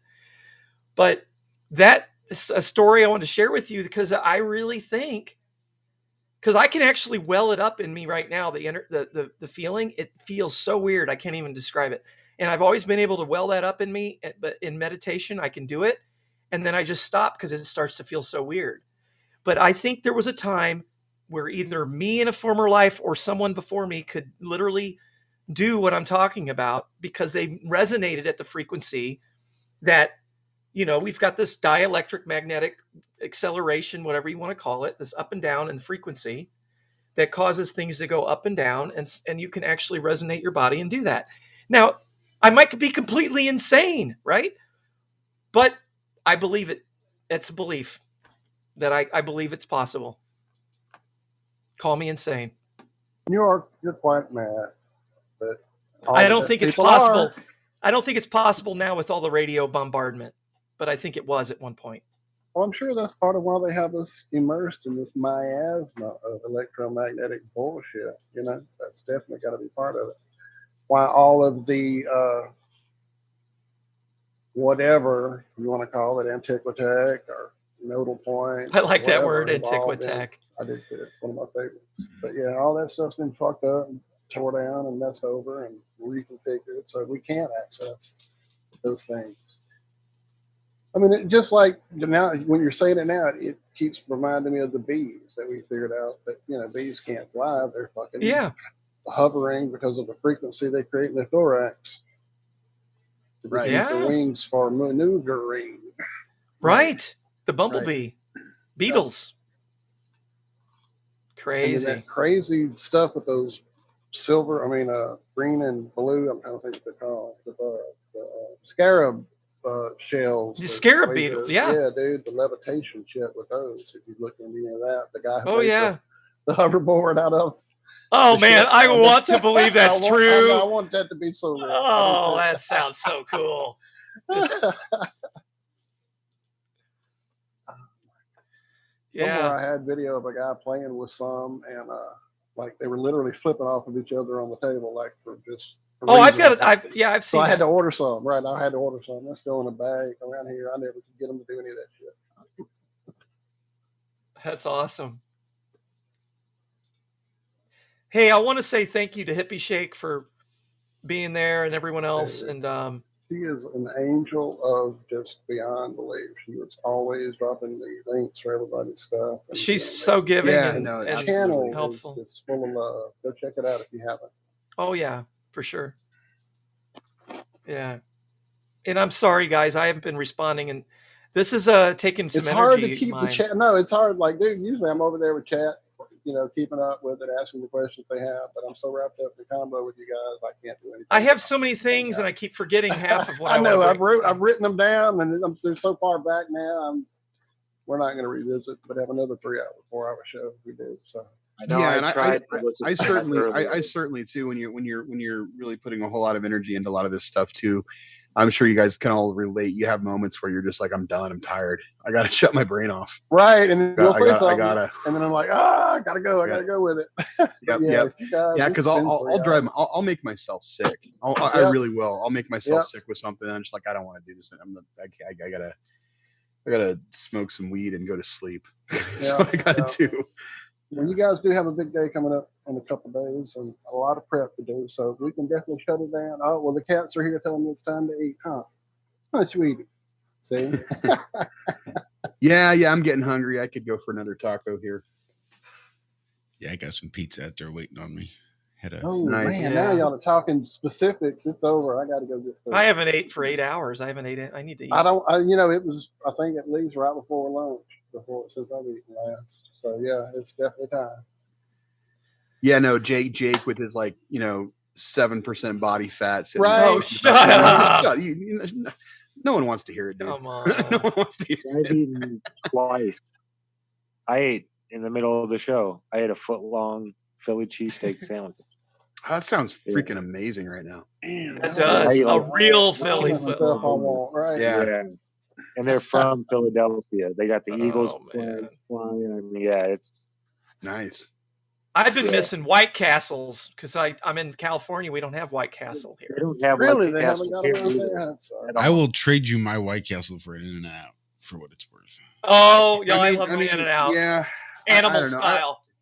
I like White Castle's all right. You can buy them at the store. I actually think they taste better from the store. They're pretty good. They're pretty good. You know, if you just get rid of the bun and you bypass the burger, you can get liver and onions cheap as fuck at the grocery store. I'm just saying. And all that, Anyone else from the South knows Crystal Burgers are much better than White Castle. No. Come on. Afraid so. It's White Castle with mustard on it. No pickle. Well, it's poor, but it's telling you, it's Crystal Burgers. But Actually, I don't know. I'm talking shit Little dot. on it, and I've actually never had a Crystal Burger. it's literally the exact. But I've had, same. I've literally It's just a had different that argument between people from right, Tennessee telling me same about shape, Crystal. little onion, same the whole 9 yards. Truly, it's amazing how alike they are, and yet are two different things. Now I've never had it. Never been to a Crystal Burger. That's late. That's just like what White Castle is. It's late night drive through drunk food. That's what it is. You know. Well, yeah, I mean that's the thing. There's a White Castle about 2 hours from me, and maybe twice a year, I drive by it and I'll stop and get White Castle. But like if there were one, you know, around the corner, I'd probably Right down. Yeah, right. The thing about White Castle is you used to be able to go there and get belly bombers, get White. Growing up, we called them WC steak burgers, but you could get a bunch of them for cheap. Yeah, they're expensive. That's what I'm saying about that late night stuff. It was cheap. You got it, and you were full and ready to soak up some of that alcohol. Now there's no point. There's no point in going to White Castle unless you just like liver burgers. But again, you can get liver and onions real cheap at the fucking grocery store. Hippie Shake says, great intermittent fasting, Jake. And I do agree. Intermittent fasting is very good for you. Because your body eats all the bad cells. It kicks them all out of the party. Yep. I spend probably at least not needed. 18. Get out of here. No less than 12 hours. Like I'm in bed by like 8:30. So 7:30 is what I've already eaten, or I'm wrapping up eating. And I don't eat again until maybe 10 or 11 at best. Sometimes it's not even lunch. Lunchtime is when I'll have my next meal is like 11:30. So from 2 meals a day, maybe. And nowadays, even my lunch, I've made just like a liquid meal replacement shake, just something that I'm not actually eating. I'm still just sort of extending that fast. I don't eat my breakfast till dinner. My dinner is when I break fast. Man, you guys, we could talk for a long time about all kinds of things. Yeah, we could. And I'd like to talk about distilled water sometime. Oh, yes, you would. That's one of those things. If I could be, I'm a distiller. I could be a distiller salesman. I could sell distilled water to anybody, and really just all I got to do is break out a coffee pot and make them a pot of coffee with distilled water next to the bullshit coffee they drink with tap, and they'll be done. Like, oh fuck, this is what coffee's supposed to taste like. This is coffee. Like, yeah, fucking right. That's what everything is. Before we polluted the skies, we used to be able to get distilled water anytime it rained. Yep. But we polluted the skies. So, no comments. Everyone's like, crickets chirping. Crickets. No, you're absolutely correct, sir. And I mean, on that's top of that, natural it's illegal distillation. It's illegal. It's illegal to catch the rainwater. You can't even catch it anymore. So what are you thinking, man? What are you doing? Come here. Come here. You're catching the rainwater. Right. What are you thinking? Look, I got my. No, you're on Did California. You just milk that cow? What West are you Coast, fucking doing? Right. You see my club? This is my club behind my desk. Very nice. Yeah. I love Resist the New World Order. That's a club I made out of some farm implement of some kind. There are hookers in Vegas that need a whore bath, and you're going to be up there in the mountains. They need distilled water. Collecting the rainwater, so now they've got nothing getting pumped into Las Vegas. Oh, man. This conversation's just going down, down, down. We're talking about whores in Vegas. Yeah, I think our intermittent fasting is that time is about over, and it's time to get my blood sugar back up. Brain says I need cholesterol. So yeah. Thank you so much, gentlemen. This was such a pleasure. Can't wait to do it again. Can't wait for Sunday. Well, thank y'all for having us, man. It's definitely a lot of fun. We'll come back and talk to y'all anytime. And it doesn't have to be a show. Just come hang out. Yeah, we're still working on our infrastructure, and so we'll be getting up and getting regular stuff on pretty soon. But and as soon as we can, if you guys want to come over and hang out with us on our show, hell yeah, man. Let us know. Let me know. Whatever. If you want us in group and one at a time, just say the word. However, hell yeah, awesome, anytime. Man. Awesome. And look, guys, like I told you guys, listening, watching, etc., it's there in the description, the show description. I have dropped it, the show link, the channel link, the Intellectual Ketchup site link with all the information there. I've tried to get it all out there, but definitely if you go into our description, get over there for Sunday, people. It is going to be quite the revelation. I hope so. But yeah, and like Jake said, it's gonna be this Sunday morning, May 1st, 10:30 ish. If you guys, we're gonna wait until After Awesome Austin is Austin. done. Wait until the Melodome is done on Sunday. So it'll, our start time will kind of be, we're not going to try and cut into his time at all. But yes, we're going to start on Intellectual Ketchup and probably go for 20 or 30 minutes, and then hopefully get you guys to come over to the BigSkinny channel and sub the BigSkinny channel. So please help us out there. Please give BigSkinny a sub, and give BigSkinny Matthew a sub, and if you haven't subbed IK Intellectual Ketchup, that would be greatly appreciated.